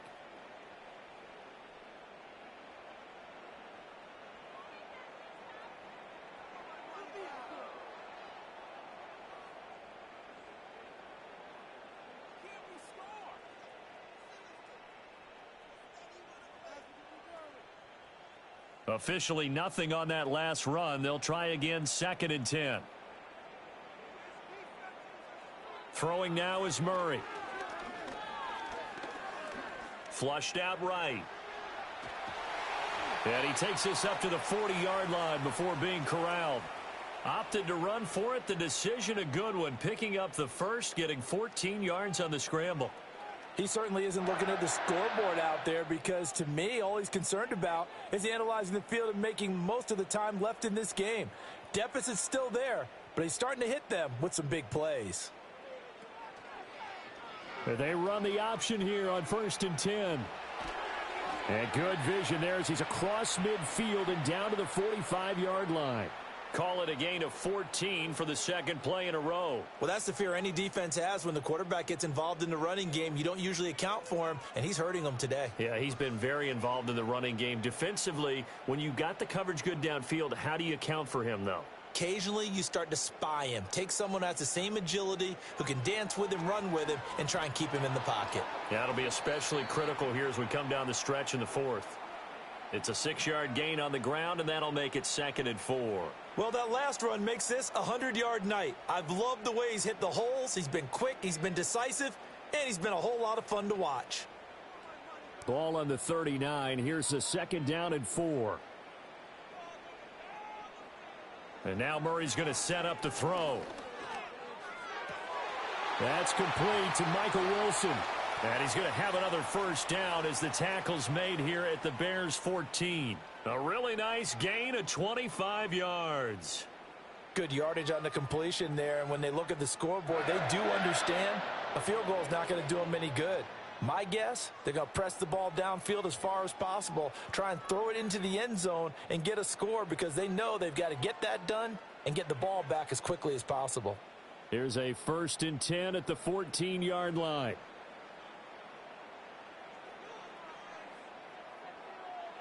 To throw is Murray. And spins away. And they'll get him down after a pickup of 8, 2nd and 2.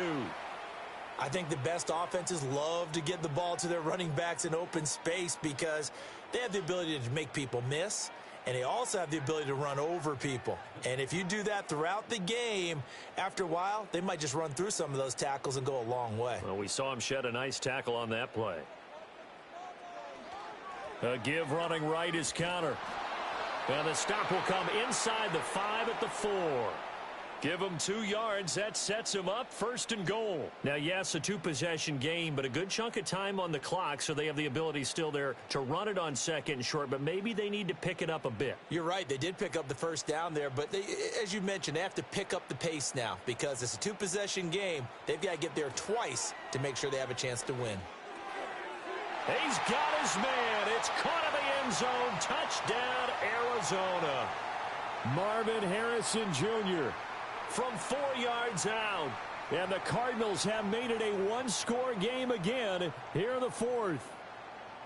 Well, time to let those folks know who are tuning in looking for the late local news. And we may be a moment because we've got a game again. And, partner, except for those on the West Coast where it'll be seen in its regular time, right? That's the way it works, doesn't it?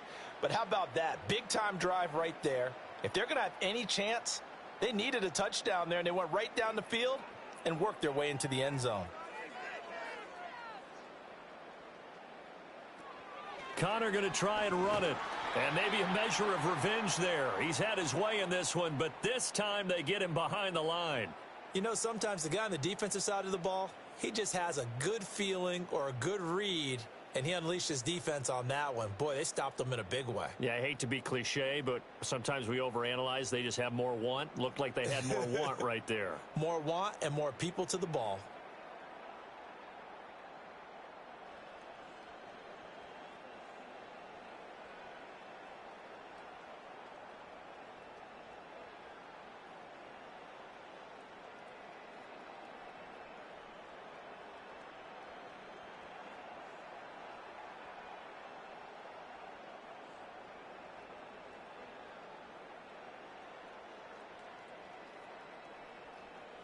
After the touchdown, out is Prater to kick.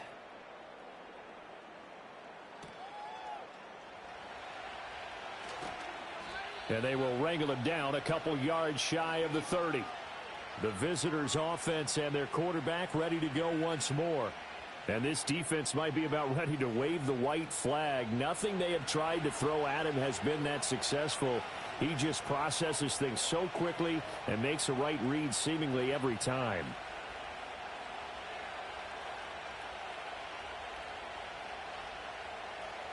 At the line, prepping for their next drive, the Bears offense. Their lead back down to one score after the touchdown a moment ago. First down's a must on this drive as they start out here 1st and 10. Boy, left that first defender grasping at air as he winds up getting a full 8 yards on that play.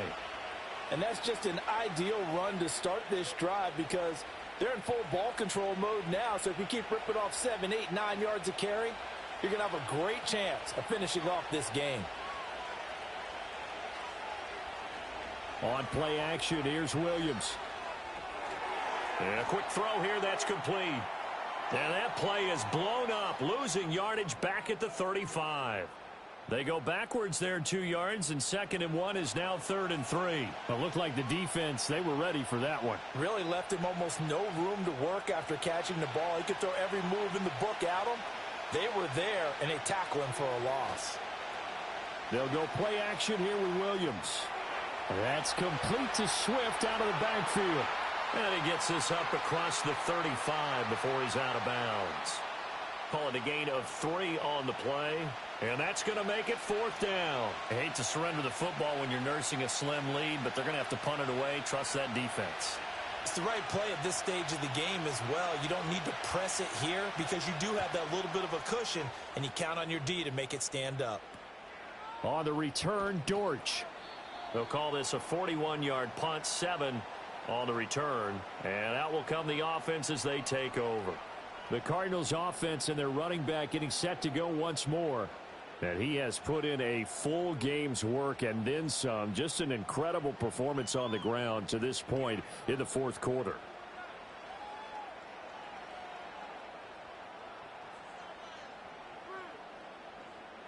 Arizona's offense at the line, ready to get their drive started. And it feels like the momentum has shifted. They scored, then their defense forces that last punt. And now a chance to tie the game on this possession. And the result here, a pickup of 8. Leaves them with 2 to go on 2nd down. This possession means so much for them. They've got to focus on this drive and find a way to make this a one-possession game. Yes. Got to get a score. Yeah, so good with a field goal. Don't necessarily need a touchdown.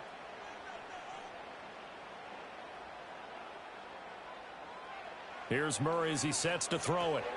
There's a short one caught by Ryman.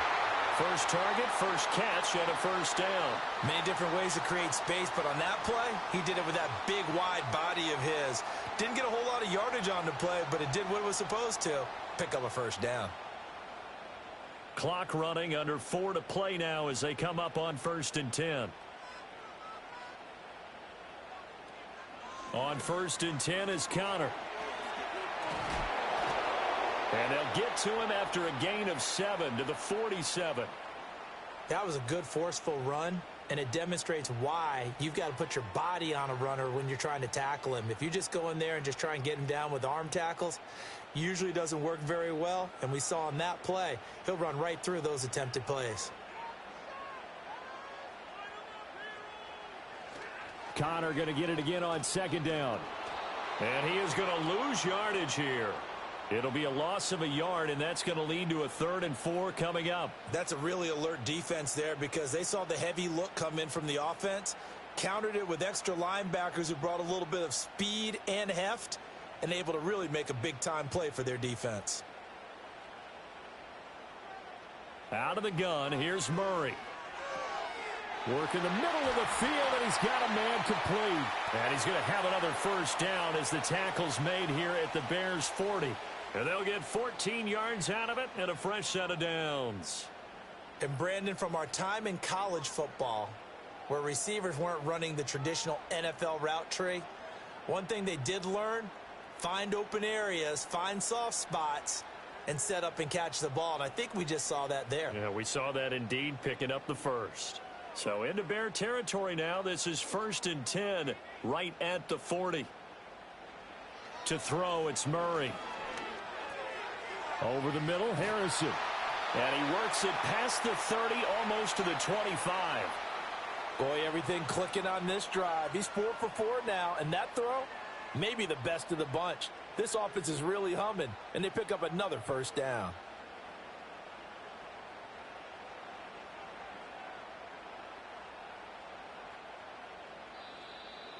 Fourth quarter, down to the final 2 minutes, and we've got a one-score game. So the Cardinals, they've got the football here as we get you reset. They come up on a 1st and 10, desperately needing a score here on what could be their final drive. He'll get that complete to Harrison. The Cardinals going to use the first of their timeouts. That'll leave them with 2 remaining. We'll be back after this.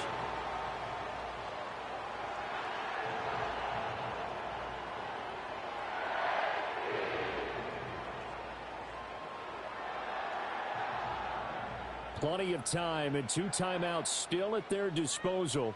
1st and 10 here. Back to throw. Murray.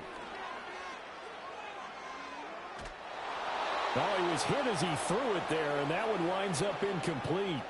Limited time left on the clock after that incompletion, so I think both sides are going to savor every second to prepare before the next snap.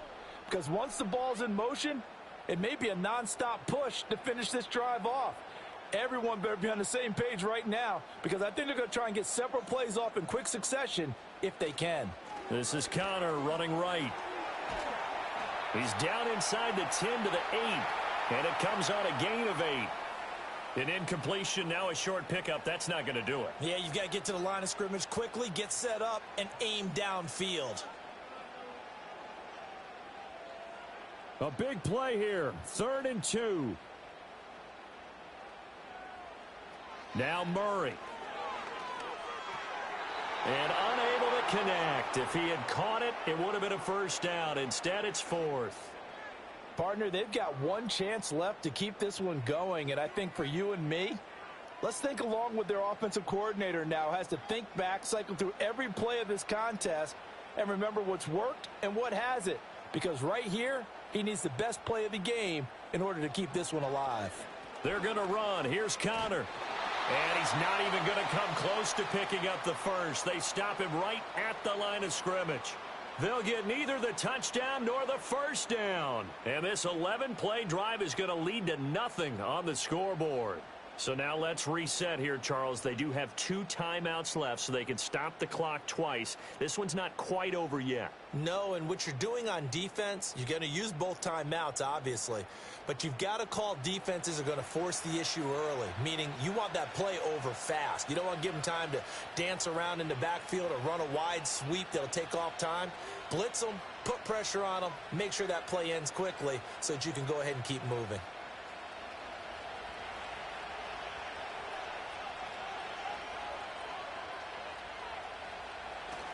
We've got to have 2 hands on the football here as they run on first down. And some room to maneuver. And they're going to get this beyond the 40 before he's taken down. Now the Cards going to call another timeout, their second. And they'll be disappointed to have to burn one there after giving up the first down.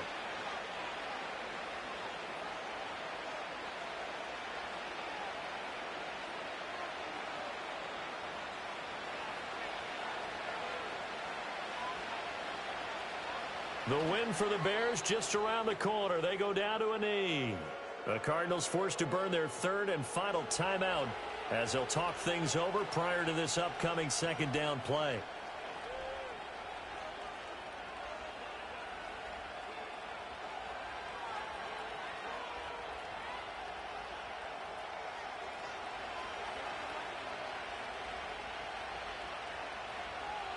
And they take a knee.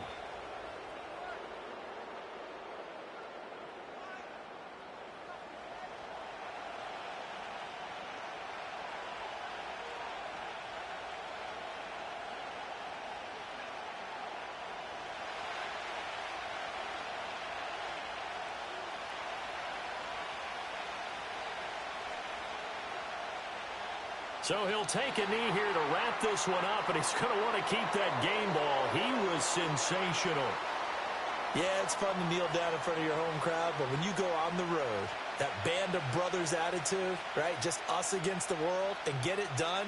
How happy are they? I remember a coach at a previous stop telling me, you get a win on the road, doesn't matter the opponent, get out of there like you stole something. And they did in this one.